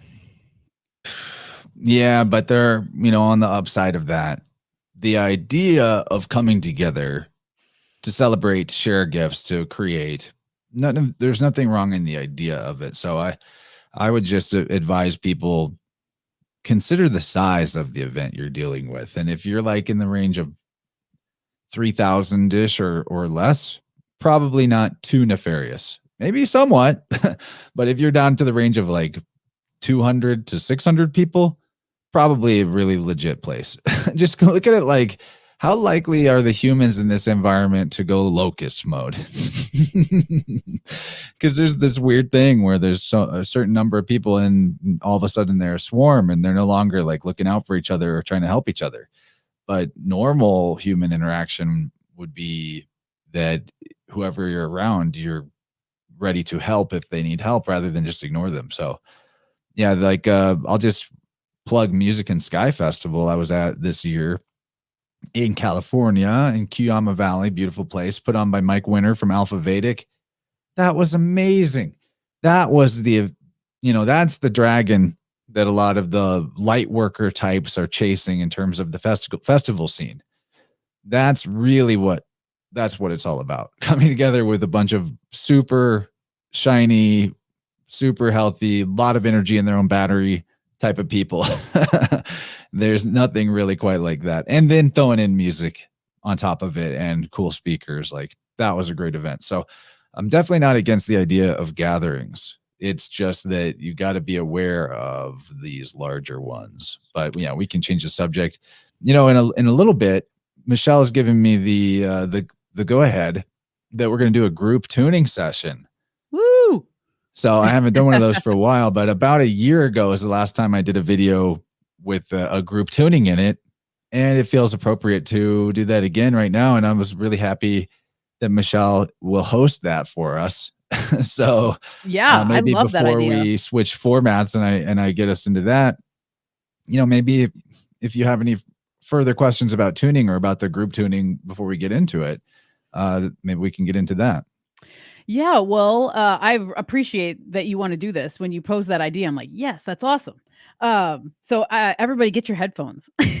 Wear headphones. It probably will be a little bit more beneficial, but Well, let you're me gonna get just the throw this benefit out there without it. though. You Yeah. don't actually have to be able to hear the forks Okay. for Okay. tuning to work, Well, there because you it's go. not really, there is a very interesting science about like the effect of different frequencies and vibrations on your body, on your cells, on your organs. There is that, but you don't actually have to be able to hear it. I've done tunings in places where I couldn't hear them. I've done tunings for people where we weren't on a call even, and it still is effective. So that being said, if you want headphones so you can hear things better, go for it. But I would say like, when we do this group tuning, it's going to be what you make it largely. So if you can invest some attention and some stillness into the process while we do it, that's great. But I will not rule out that you can just keep doing what you're doing, go on about your business, receive this tuning, and have some benefit. I always tell clients that like, look, there's nothing you can do to mess this up. So don't worry. You're not doing it wrong. Don't worry about how well you can hear it. Don't worry about if you're meditating hard enough or any of that. Just, be open to the possibility and the awareness that comes in, and we'll go from there. I like it. That's great. That's a good tip there for people. And then I do, if I can ask one last question before we do this. Um, Have you noticed that there's certain frequencies that resonate better with men and women? Do you know what I mean? Like, is there a certain frequency that you always notice on a woman? It's like, okay, that really hits them. And then same thing with a man. That's a really good question. Actually, I don't have an answer to that other than I don't know. For a long time with my tuning with clients, my methodology was that I associated, I just talked about this a lot on Rising from the Ashes podcast. If people want to hear me talk more about solfeggio frequencies, that was a really good conversation. That was Shout out homie Romy. That was a great conversation, by the way. I did listen to that. Oh, cool. Yes. Yes. Yeah. So for a while I was like, just 396 is going to be root chakra. 528 is going to be solar plexus, etc. Like 3 through 9 covering off your root to crown. And that was working just fine. But then when I talked to the Bigelson brothers about holographic blood, Josh was talking about how certain frequencies are more agitating to him when he's gone to like sound baths and stuff. And I was like, you know what? That's interesting. We are all different. So maybe I shouldn't take a one size fits all approach to what frequencies I'm choosing. So now what I do in one-on-one sessions with clients is, so like originally my method was like, I would start at the feet and work my way up and see how far we can get in the hour. And I would associate like, 174 with the feet, 285 with the ankles, 396 with the root chakra, 417 with the sacral, and up you go, like in order. And that was fine. That really was fine. But I decided to like experiment with maybe doing it more personalized, if you will. So now what I do is I'm like, okay, what chakra first or what chakra next? What part of the body next? And I have a table set up in front of me, and you'll see the table when we do this group session with candles and crystals for each of the chakra centers of the body. I have like a dummy body made out of crystals and candles, basically like a voodoo doll, but for good. And so I will like point my finger at the table and just go from one direction to the other and wait until I get a signal on, like I get a hit on one of the one of the candles or one of the crystals. And then that'll be which area I address next. And then I will do the same thing with my laid out forks and be like, which fork? This one. So that's been my method lately. And I've noticed that most of the time there'll be like one fork that keeps getting picked, keeps getting selected. But also pretty commonly the fork that gives me the hit will be the one that correlates numerically to that chakra in the way that I had been doing it before. So I'm just kind of experimenting with that, giving people the opportunity, clients the opportunity to be unique and for their body to communicate a unique preference for them in that moment. And I would say it seems to be effective in improving the tuning sessions, but overall it's like they've been getting better and better as I've been doing them. So who's to say what's making it get better? It just gets better the more I do it. But I think that's a good alteration. So yeah. Awesome. That's a great explanation. I like that. It makes sense. Yeah. And I've talked about this before, but like for anyone that's curious what I mean by like get a hit, my body has this ability where whenever I find stuck energy in the biofield, or it's almost like my body is the dowsing rod now. I still use dowsing rods, but basically when I hit stuck energy in the biofield, or whenever I'm pointing at the forks and then one gives me a hit, or whatever I'm looking for, I touch it, metaphorically speaking, my ears pop and I feel like this pressure shift in my head and in my ears, and my head literally clicks and pops. I don't know why that started happening, but when I realized that it was correlated with the stuck energy, and I was like, oh. So I started relying on it a little bit, and it was trustworthy. So I started leaning into it more and more, and it started giving me more ways to use it. So now it's like, and it'll probably develop more as we go. But like, that's the thing, is I didn't know that my body had this ability to literally click in my ears, in my head, whenever I found stuck energy. But that is kind of shamanic, It is. It So totally is. I think everyone's probably got some really fascinating and unique way that they can communicate with their body's intelligence. But are you going to know if you don't start experimenting? I think Qigong was a big reason for that for me. But yeah, that's what I mean when I say like, did I point until I get a hit somewhere? Like I just whoop, and then my ears will pop on one of the forks or one of the chakras. And that's basically how I do it. Oh, that's beautiful. I mean, it's just proof that you're mastering your craft too. It's just like you're leveling up as you continue to do this. And so the universe is giving you these little nuggets that you can go off of. I feel like I have that same kind of thing with plants. It's like that same thing where I'll just be talking to somebody and a plant comes to my mind. And if I have the medicine and we're in the situation where I can get it to them, I'll typically just be able to gift them this specific plant that's coming up for them. And they'll be like, oh my God, that's exactly what I needed. Or I'll have a hit when I put a send out an order. Somebody ordered something and I'll be like, you know what? I kind of want to include St. John's wort for them. And I will. And then they'll reach out and obviously give thanks for the extra bonus and be like, you know what? And I needed this because this was going on and it was exactly what I needed in that moment. And I've learned to just go with that. And it typically every single time works out in that positive way of it being something that person really truly needed. And I had no idea that they did, but I was getting this hit. And it's just another lesson to just go with your gut, go with your intuition. Yeah. And you actually want to help. Like that's why you're doing what you're doing. Totally. Right. Exactly. So you're going to get what you need to be of help and be of service. And how it happens is kind of mysterious. Like, there's a very Neptunian and murky aspect of biofield tuning where, an example, like I might be sweeping through someone's energy field and I hit a spot from where they're like 6 years old, and it's in the part of the field that relates to grief or loss. And I hit that spot, and then in my head, it will just pop up like pets, or I'll even see a little movie in my head of something. And I'll be like, okay, so I'm getting I'll say this out loud to the client. I'm like, I'm getting the sense that you were 6 or 7 years old and something traumatic happened with losing a pet. And they'll be like, yeah, my dad killed our dogs in front of us to punish us when I was 7 or something like that. And I know that sounds a really harsh example, but like that's literally an example that happened. But like it just pops into my head. Like I know that this is about pets. And that I don't know how or why that works, but sometimes it comes through really specific. And that's also, I've learned to just trust it, because every time it happens, there's going to be a lot of room for me to just be like, nah, no, that can't be right. There's no way I can know that. What if I say it and I'm wrong? What if I'm wrong?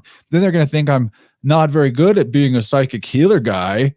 I better not say it. So there's some battling with that ego aspect of it early on. And it's still every time I have to make the choice, like, no, I'm going to say it. I think something happened traumatic with pets when you're 7. And then they'll be like, then they'll verify like, yes, or they'll tell me more about it or whatever. And even when it's off to some degree, it still sparks in them like, well, actually, it's not that, but it's this. And that's what matters anyway, is for them to come to an awareness about something about themselves. So that's a big part of it, is you got to get over like the ego of like, what if I'm wrong? Or I'm not allowed to just know that, or I don't know how I know, so I'm going to disregard it. There's a lot of that involved too. And that's been part of the journey, is like, just trust those Neptunian downloads and go with it. And you mean well. So even if you're wrong, it's still going to turn out good. So like, don't be afraid of being wrong. And like that, it's very important to not be so attached to being like a really good psychic that you won't even put yourself out there and just be like, I think it's this. And that's where a lot of the, for them, a very magical experience gets to occur, because you just told them something about yourself, about themselves, that you had no way of knowing. And all you were doing was waving tuning forks around in your living room. Oh yeah. But, it's like Gabriel just said, literally something clicks. Nice. Yeah, my ears literally click, dude. It's so weird. Dude, that's so beautiful. I love that. No, that's all just like such sound advice. And you are such a gem, Chance. It's so awesome. I'm just like really loving our conversation and where we went and everything else. But we're at almost about 20 minutes left, Mark. So did you want to get rolling on the Yeah, we should do healing? that. Okay, If we cool. go a little over 2 hours, is it okay? Oh I'm not yeah, going to be totally. directly watching the clock, but we'll shoot for about 20 minutes. Okay. So I'm going to need a minute to transition and give my camera lady my other camera. And You yeah, want me to take you off of the stream right now while you're transitioning? Yep, take me off of this, and I'll drop a message in the chat when I'm ready for you to bring me up on the other one. Okay, sounds good. I'll be quick. Won't take me very long. All right. We'll see. Sweet. All right. Alrighty. Well, that was so awesome. Oh my God. I'm loving this so much. And I'm so grateful that Chance brought this idea up. And I hope you guys are enjoying it too. And it looks like we had a pretty active chat.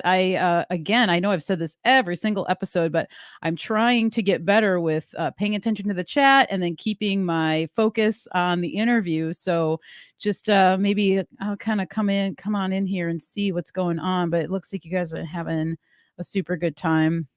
And I'm just so grateful for this, because actually I've only done, and I wanted to bring this up to Chance to see what he thought about it. I've only done sound baths. So, and I know there's a big difference between, thank you, Stacy. Love you too. I know there's a big difference between like being in a room with a sound bath that just has the sound bowls going and everything, although that's awesome and beautiful. And I've had really great experiences with that. I've only one other time had an actual sound healing done with forks, where the forks were actually like placed on my body.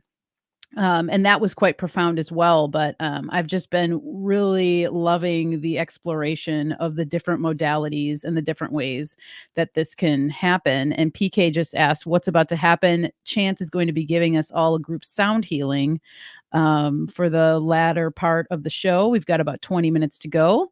So he's going to grace us with his beautiful sounds, and I'm very excited. And I did mention, oh, get your headphones, but he mentioned that you don't need headphones because that's just how powerful this stuff is. So they're getting stuff ready. And yeah, just seriously so grateful for this conversation and grateful to have you guys all here.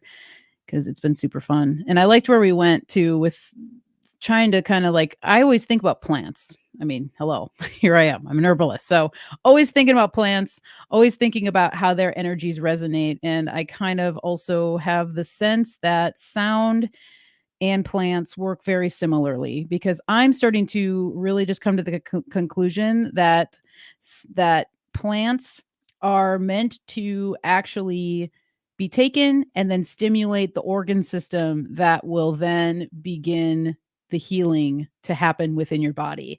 And I brought this up with Kyle on our last episode. And if you guys haven't checked that one out, I highly recommend going back to the last episode, episode 5 with Kyle, because we had a really good time and we talked some nice juicy plant information. But yeah, I'm thinking that sound and plants might work on that same level, because I think plants have a huge frequency, and I think part of their medicine is their frequency. That's what I'm starting to really think about. And I think that's really wonderful. And if you haven't listened to the Rising from the Ashes episode with Chance that they just did, I also recommend that one too, that he shouted out. I know it's on his InnerVerse channel on YouTube. Oh, the private chat. Yes. Okay. Chance. Okay. He's ready. Alrighty. Thank you. Thank you to my man for reminding me to look at the private chat.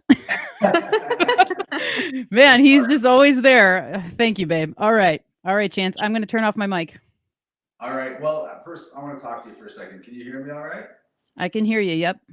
Awesome. All right. So first, before we get into it, I just want to show the table. If you would please come forward. And so what I've done here is created a little replica human body. We have a crown chakra candle, third eye, and there are crystals that correlate by color to each of those chakras. And then a whole lot of selenite, because I feel like personally selenite was the thing that really just showed me energy and helped me feel my own personal energy. So we have all of those parts, and this gives me sort of a physical body to work with and measure off of to, know where stuck energy is in the biofield. I'm showing all this not because like you need to invest in all these crystals and all these candles to do a tuning for somebody. Not at all. All of it can be done without this, but with like ceremony and anything that's like a magical practice, the intention that goes into procuring these items and setting them all up, and like I put the table up and back down uniquely for each client. There's a big amount of, I would just say like amplification of everything when you go through all that, especially on the side of the client who is the sorry, we have a dog and a cat situation.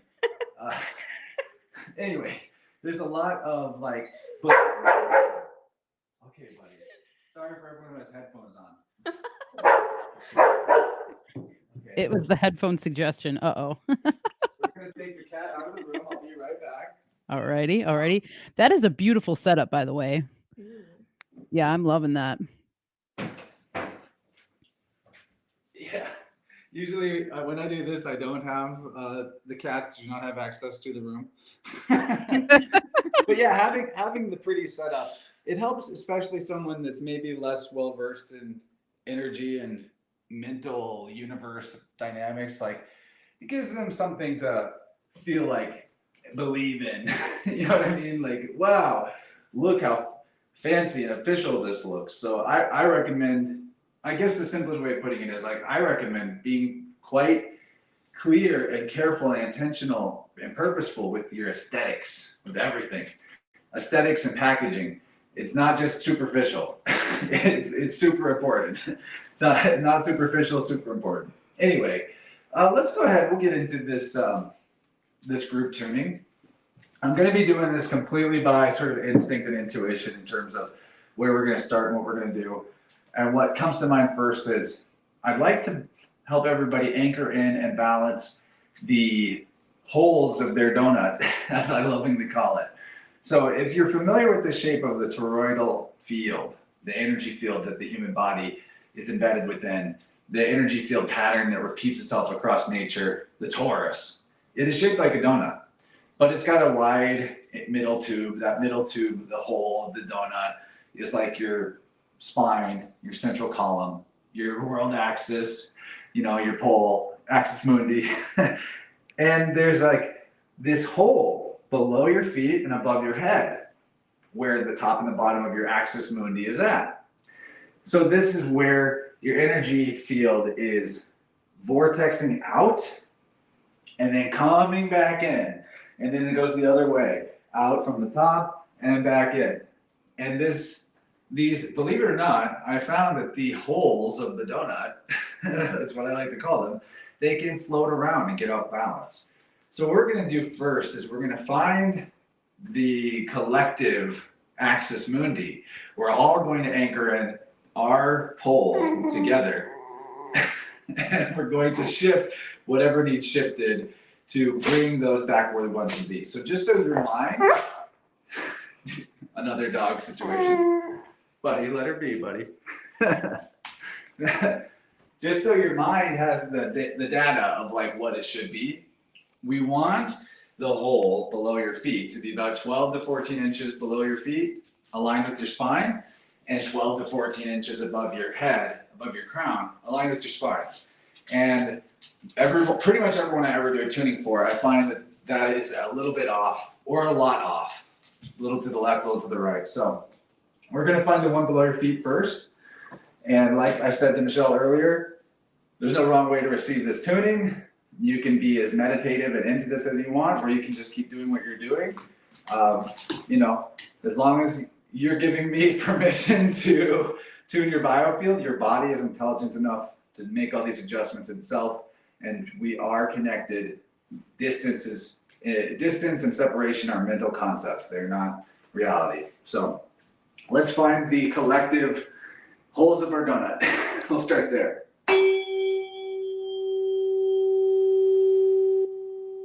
All right. So collectively, this is where I'm finding the hole of the donut. We're looking at the left side. It's about midway between the toes and the heel on the left side, and a little close. So we're gonna pull this down.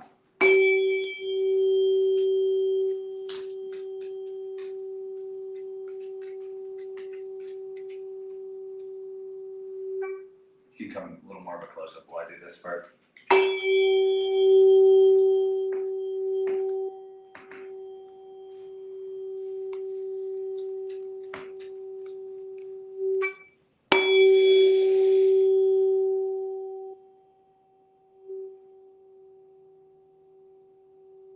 All right, it clicked.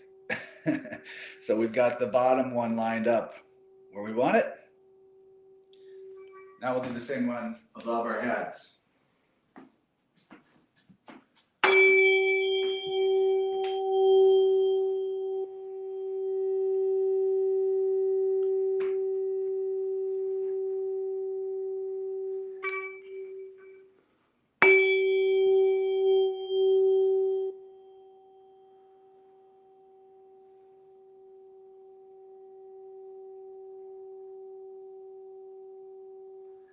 It's almost there. A few holdouts.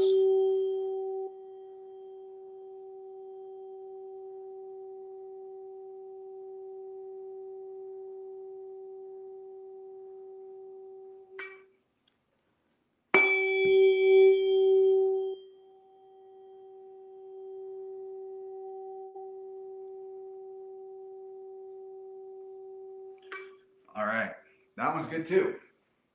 So now that we've lined up our central column, that's going to really assist with any energy that we bring back to the middle here to go where we want it to go. So now I'm going to decide where we're going to go for next.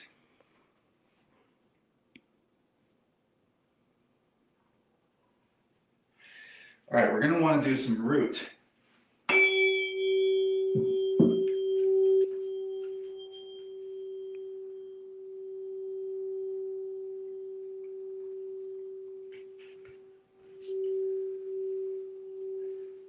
So as I play this tone over our left hip, collective left hip.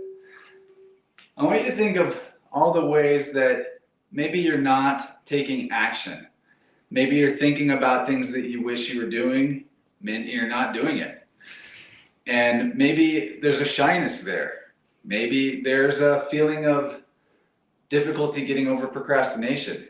Maybe there is a fear of being seen doing what you really wish you could be doing.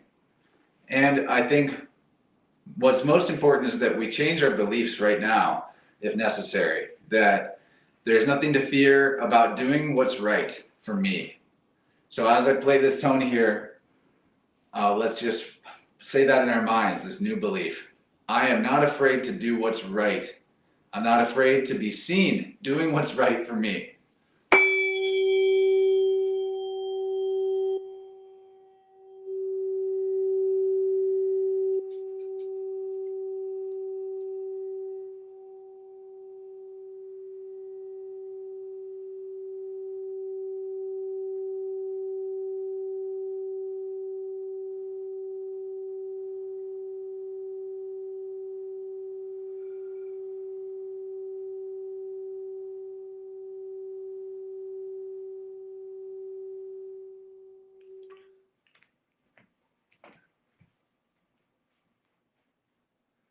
Now we're going to address the right hip as well.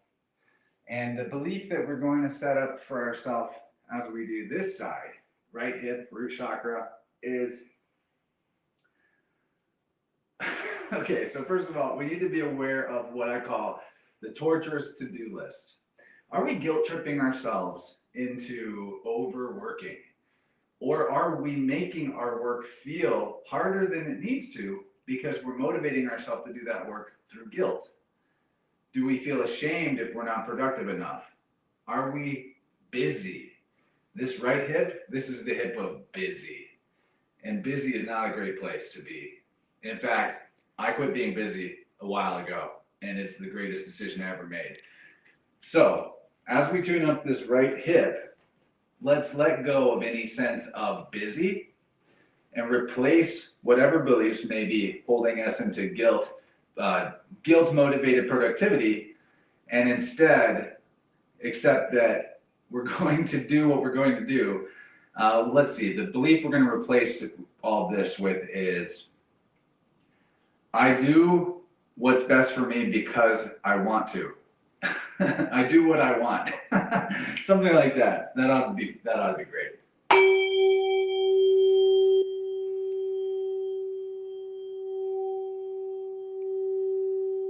I'm not busy.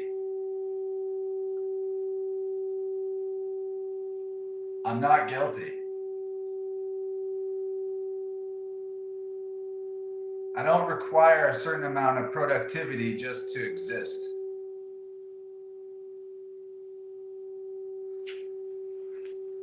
I am the tree of life, and I bear fruit just by being myself.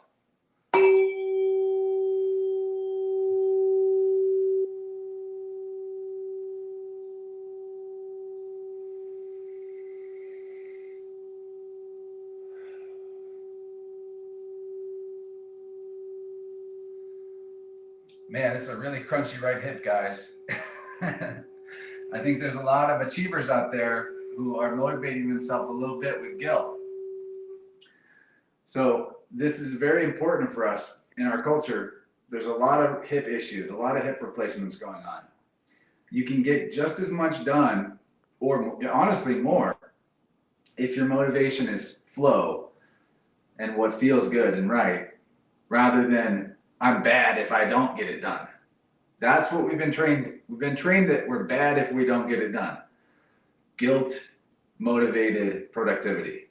That is what we need to wipe out. So I'm gonna give some more oomph to this right hip because I think we need it.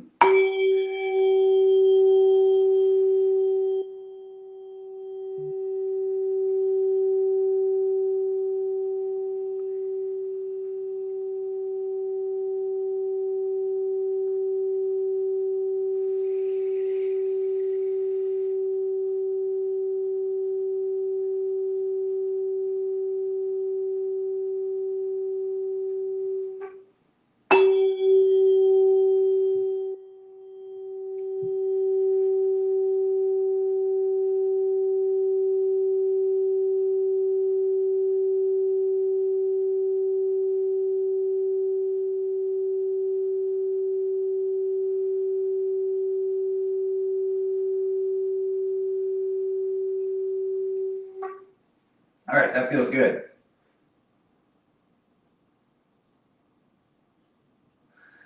All right, so the next area that I think needs attention is this shoulder depth, this boundary crossover blending between our heart and throat chakra. So there's a lot of correlation there. What our heart feels, our throat needs to express. The magic of the throat is that it can release energy stuck from any other part of the biofield.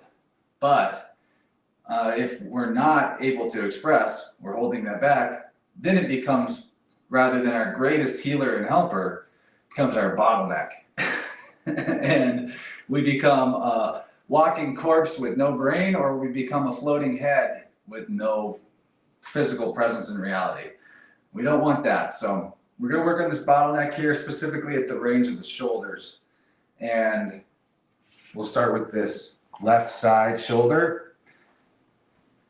And the belief that we want to take on here about ourselves to replace the old belief is, I express my anger in the moment that I feel it. And the other thing we want to do is just go ahead and ask our heart, is there any sadness, grief, or loss, any sense of grief or loss that could come up for release? And the beauty of this right now is it is not required for you to viscerally feel or remember the trauma of any loss or grief for this to happen. Simply just ask your heart if there's any to be released. If there's something you remember that comes up, that pops into your head, that has been grieving you or did in the past, that's what you needed to release right then. You don't have to necessarily cry tears. You don't necessarily have to remember trauma. Ask for the release and you will release something. You will integrate something. So we're going to start on this left side. The ability to express anger healthily and the release of any loss or grief.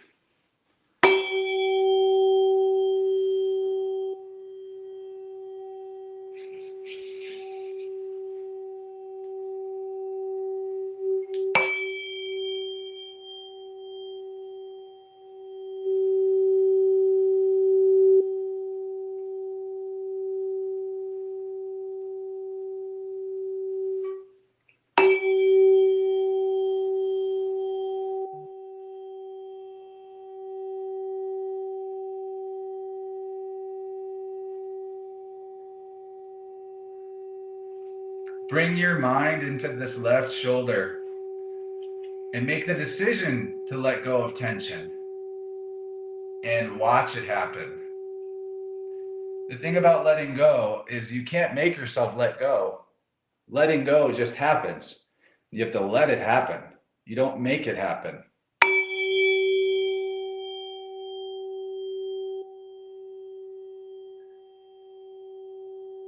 You let it happen by asking for it. Ask and you shall receive.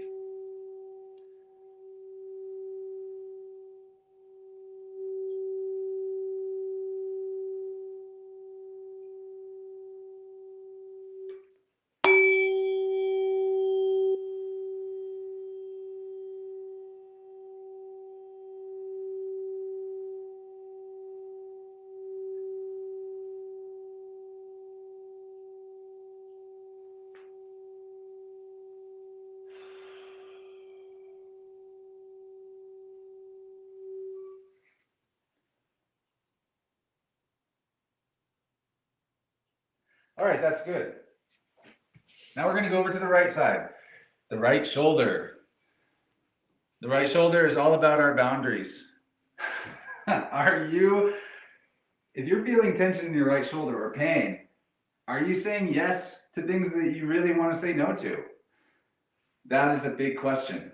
And this side also is going to tie into unexpressed anger as well. They both will. But mostly, let's just consider our boundaries here. We need to be able to say no and say yes. We need to be able to say no whenever it's right for us to say no. That's how you get what you want and not more of what you don't want. And I know we've been programmed with altruism and self-sacrifice, but if we all sacrifice ourselves for each other, we're all sacrificed. In fact, we need to do what's radically right for ourselves. So I want you to repeat this mantra to yourself as we hit this fork in this spot. I say no when I need to. I say no when I need to. And it's just like that.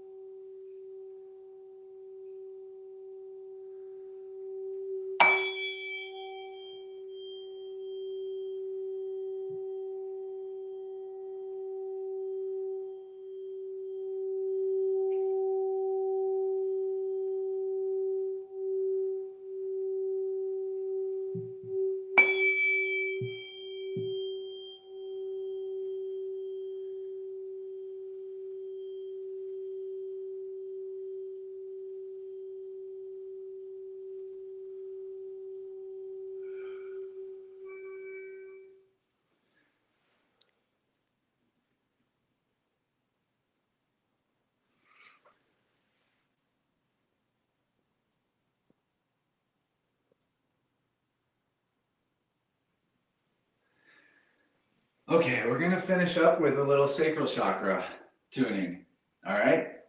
So this is gonna have to do with are you having lower back pain potentially? Are you feeling stagnant in your ability to reach a flow state?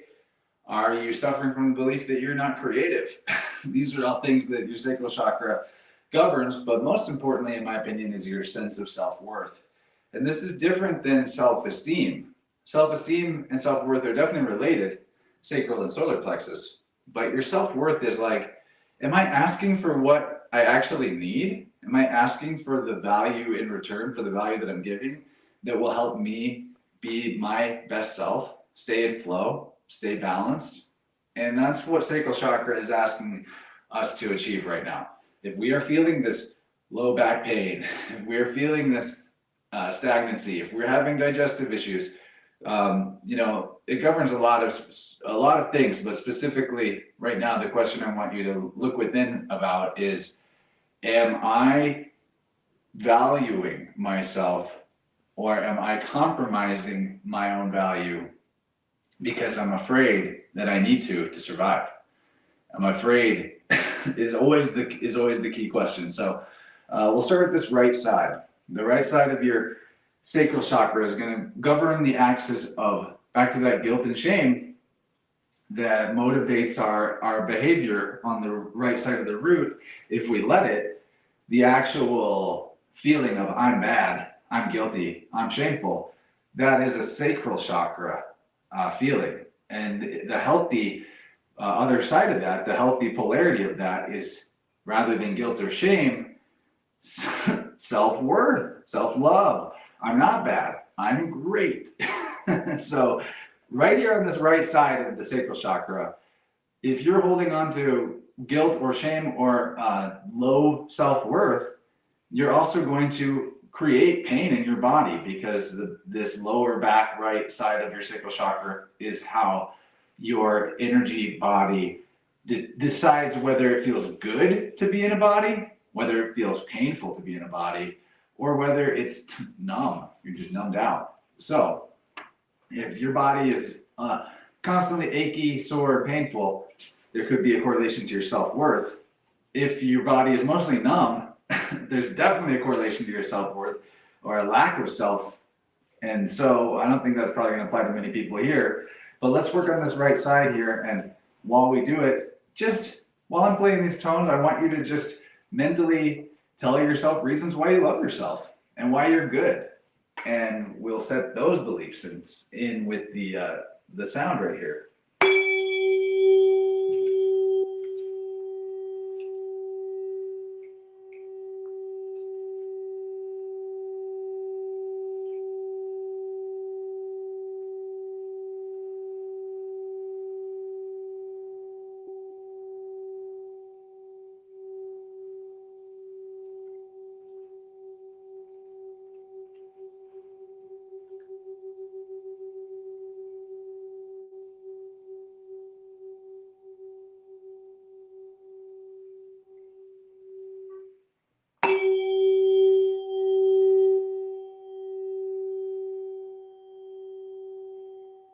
What do you love about yourself?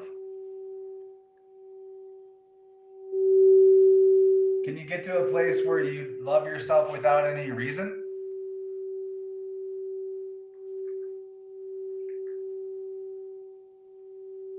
Can you see yourself as nature, which is priceless and thus infinitely valuable?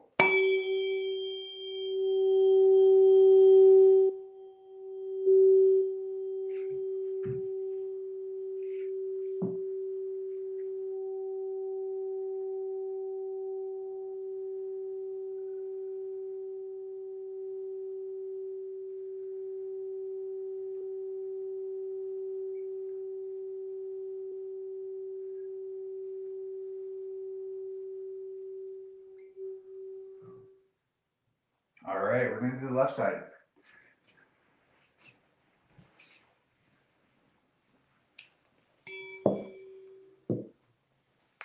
The left side works on the axis of frustration, resentment, or satisfaction and contentment.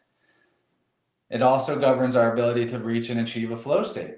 This is the mental energy that becomes physical, creative action in the world. It's a very powerful center. And so as we tune up this left side of your sacral chakra, I want you to embrace your contentedness. I want you to ask your body, ask your sacral area, tune in to this lower belly area, and ask, is there any resentment or frustration that can come up for release? Can I find a more harmonious and more total degree of satisfaction and contentment? Because like I said before, you are the tree of life and you bear fruit whenever you are healthy. The bearing of fruit is the creative flow state, your creative output. You do not whip a tree into giving you fruit. You care for the tree, you tend the tree, you trim the tree where needed, and the fruit comes on its own. And that's you. You are this tree of life, and you do not need to be beat into submission. So we're going to do this left side, and I want you to embrace contentedness, embrace wholeness, and ask for the release of any frustration or resentment.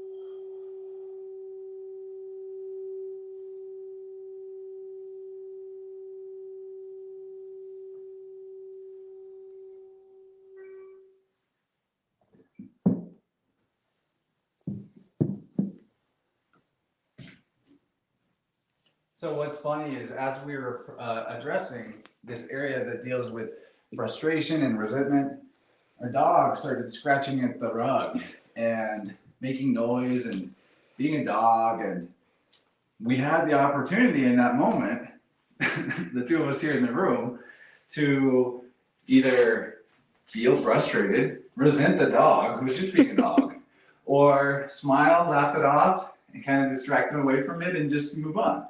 And I, for one, I think I can speak for you too, that I did not resent the dog. I did not feel frustrated at the dog. The dog was just being a dog. And we moved through the energy of that moment quickly and resolved it. And I feel like that's a collective, that's a representation of the collective feeling of frustration and feelings of resentment that we were clearing together. So thank our dog Mango for being that mirror for us, and it was wonderful. Now we're going to finish up here with some tones to open and clarify the crown and the third eye. So these are areas of our field, very ethereal, very light, not dense energy, very easy to balance and clear.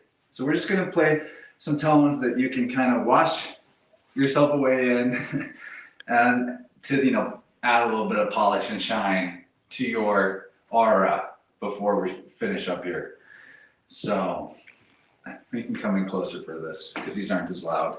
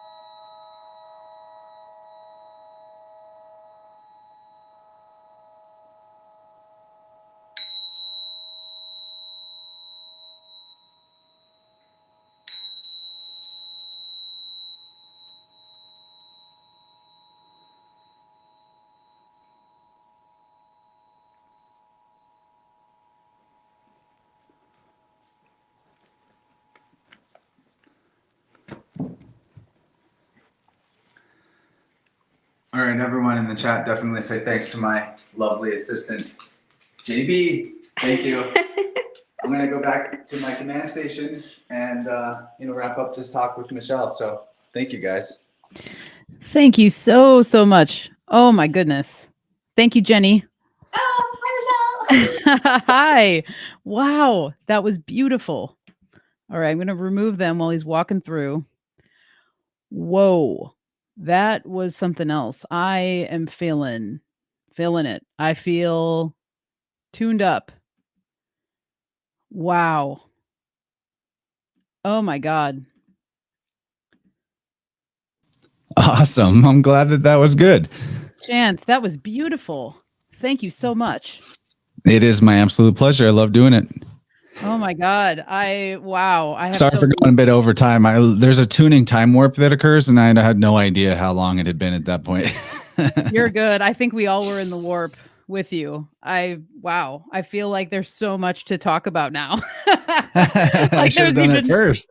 Woo! Wow. I just keep hearing, I got chills. They're multiplying. Hearing in my head because I just have chills. I could feel that, especially at the end right there. That is some potent stuff. I felt that all through my body. I feel beautiful. I hope people in the chat are feeling the same way. Was checking that out. People are loving it. Very appreciative. Devin asked what were the last three frequencies. That was 693, 693, 852, 693, 852, and 963 together. Yeah, I should type it. That's easier to remember. Yeah, and then I can, if you type it in there, I'll put it up on the screen. Woo. Wow. Yeah, that was beautiful. Thank you for, letting me have a platform to do one of those group tunings. And I really hope that we can someday do a one-on-one together. Maybe we can set up a trade. I would love to do that. I really would. And just from that group healing, I mean, I just know all night I'm going to have all sorts of thoughts that I'm thinking about and feeling. Sometimes after a tuning, people are like have dreams again and they weren't having dreams. I've heard that a bunch of times. Yeah, I could see that for sure. And what I was saying before we started is that the only time I've had sound baths, I've one time had a friend of mine use tuning forks and then, put them on the meridian lines and all that stuff. But I've Yeah, you never. can use tuning forks as a alternative to acupuncture needles. Yes, and that's basically what she did for me. So anyway, this was just beautiful. Your setup was gorgeous and everything else. So I just highly recommend people book with Chance. The link is in the description below to be able to book with him. All of his links are down below. If you want to get in contact, most people that are probably listening are probably well aware where to find you. But for all those people who are going to tune in and maybe not know where to find you, can you just give a rundown of where people can get a hold of you and connect? Yeah, the InnerVersePodcast.com. Email me, chance@InnerVersePodcast.com if you want to do a session. There were a couple of questions, but I wanted to really quick answer Cody that where did I get my fork set? So the solfeggio forks I use, I got from Omnivos. So Omnivos, Omnivos. And I also hear good things about Medivibe. So those are a couple of fork producers to check out. My big fork came from the big one that I use for most of it. Comes from tunedearth.com, I believe, or Earth Tuned. Tuned Earth, Earth Tuned. I do not need a better cameraman. Jennifer was wonderful. She did great. That's way better. Last time I did one of these, I was alone here in the house and I just had a laptop set up to face myself and I was doing it all alone and it was way harder. I had a lot better flow state and a lot more fun with her operating the camera. So thank you, darling. Much better. I say you are a wonderful camera operator and there was no complaints on anybody's end that I can see. Whoa, yeah, wow. I'm feeling it too. I really loved having this conversation. It feels like we just started and it's been over 2 hours. I guess we can wrap up if you want. I'm having fun though. No, I feel the same way. And I feel like it went really fast. I feel like we got into flow state, which was beautiful. And yeah, again, I'm just so grateful for you, Chance. I'm grateful for your time. Grateful for the healing that you just gave all of us and all of the things that we get to journey through together in the future. I can't be more excited. Yeah, we're just getting started. This is the beginning of the story. I agree 100%. Well, awesome. Oh, one last question here. We have the candles do so much weird stuff. Okay, she says, do the colored candles burn at different rates during a tuning?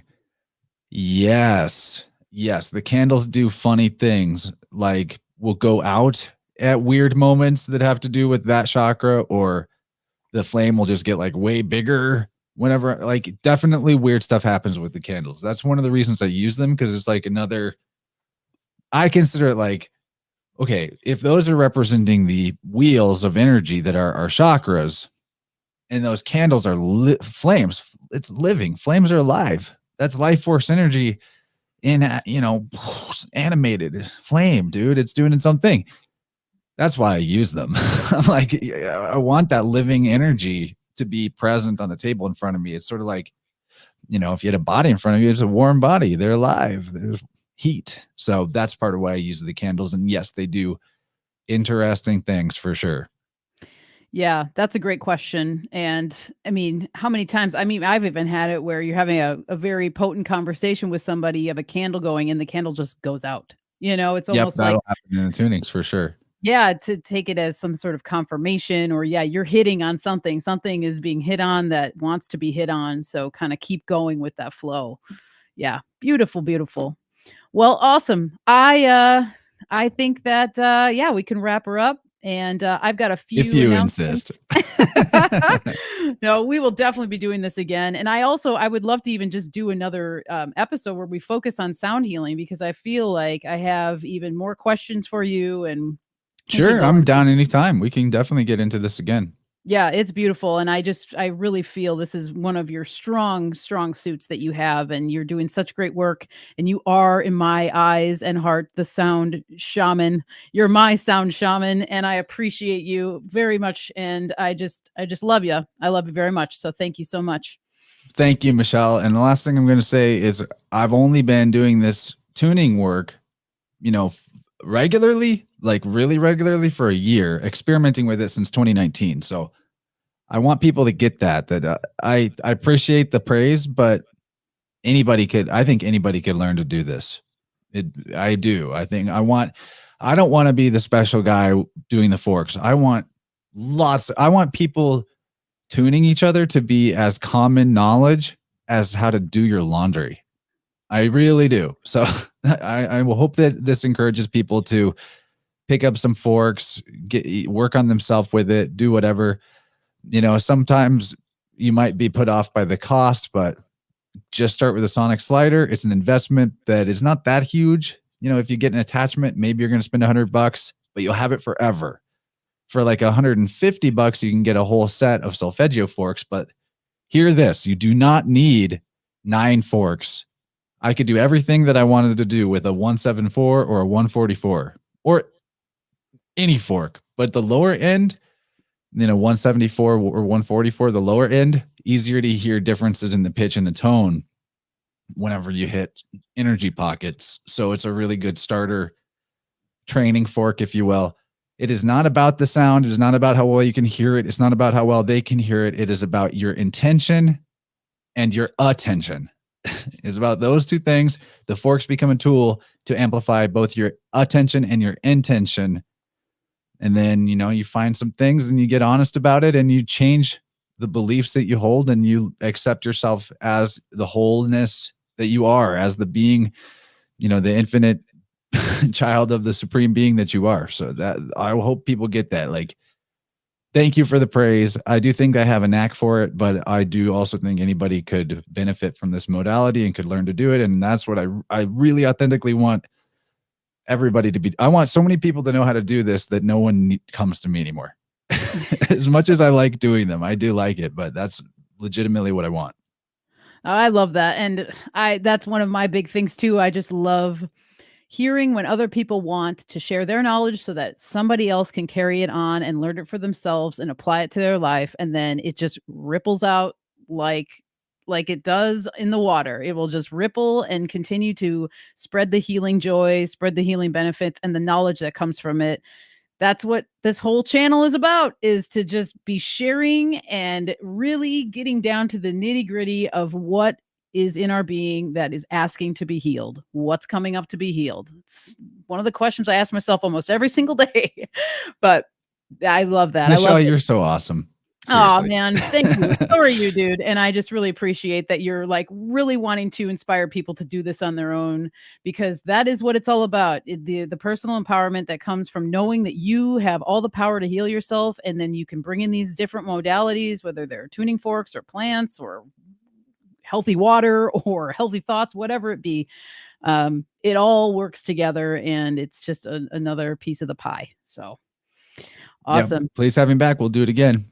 And I'm going to have you back on my channel like at least 10 times next year. Yeah, totally. I'm very stoked for Capricorn Herbs. We'll be doing with Kyle and VibeRant. The wheels are turning, the notes are being written, the books are open. So yeah, we'll have a good Capricorn herb rundown for sure. So as I let you go, I've got a couple announcements for anyone that wants to stick around. But otherwise, we will say good evening to Chance, and thank you again, brother. And we'll talk to you soon. Good night, everybody. Thank you for having me. I appreciate all the awesome chatters. It's the regular crew. Love y'all. Yep. Same here. Thank you guys. Alrighty. Well, thank you all for hanging in there. Thank you for just being you and being in the chat and having that lovely healing that we all got to get started with Chance here. So I'm going to bring up just a few slides, just a couple announcements for you guys. So let me get the full screen. Here we go. All right. So next week, I've got Legs of Bear Lake Alchemy and the False Reality Check podcast. I am so excited for this episode. I love Legs. I love Buffalo. I love what they're doing. I've been, again, kind of met them around the same time as I met Chance, and just really, really love what they're up to. They're living in Idaho. They've come a long way. They've had a journey of just leaving their place that they were living in California, just saying, let's do it, go to Idaho and get this stuff going. And they're doing it. And that's one of the reasons why I really wanted to have Legs on, so she can talk to us about her journey of doing that and getting chickens and homesteading and all of these beautiful things that are just really working to bring more healing to the world and ourselves and everyone around us. So that'll be next week here, same place, same time, 4 p.m. going live. That's January 3rd. And I just wanted to let people know that I have soap and shampoo that is now available and fully cured and ready to go. I have been just honing in on my soap craft, and everything is just really coming out better and better each batch. I'm very, very excited about it. And so as far as that goes, you can see this up here on the top of the list. I'll just run through some of the new stuff. CBD body butter that is selling really well. Great reviews on that. Shampoo bar is comfrey, nettle, and pine. So it's really lovely for just overall scalp and hair health. There's a pine resin oil in there that's very, very beautiful and healing. That my friend, actually, he gathered pine resin on some of his journeys last summer and gave me this huge bounty of pine resin. And so with that magical pine resin, I infused that into an oil, and then I incorporated that into the shampoo bar. Oat and honey soap, which is lovely as well. It's one of my favorite ones. Very comforting, very warming scents. There's raw honey in there and oats, which is just lovely for the skin. It has this really nice scent profile to it. It almost like reminds me of like a baked good. It's got cinnamon and just lovely. It's got oats for exfoliation. That's actually inside of the bar.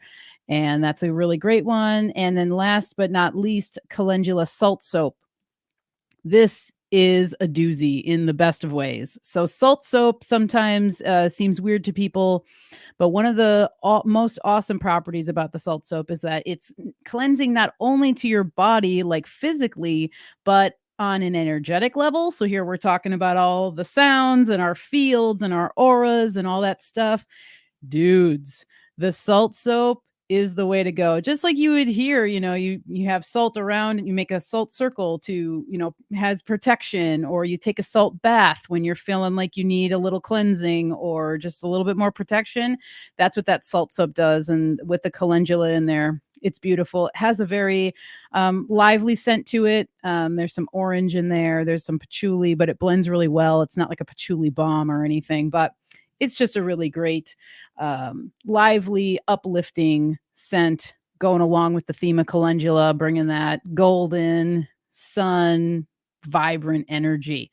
So if you guys are interested in any of those remedies, or maybe booking a consultation with me, maybe you want to just talk herbs, maybe you want to learn how to make certain things, maybe you want to learn how to make your own soap, we could do a soap consultation. So you can reach out to me, michelleshealinghome.com.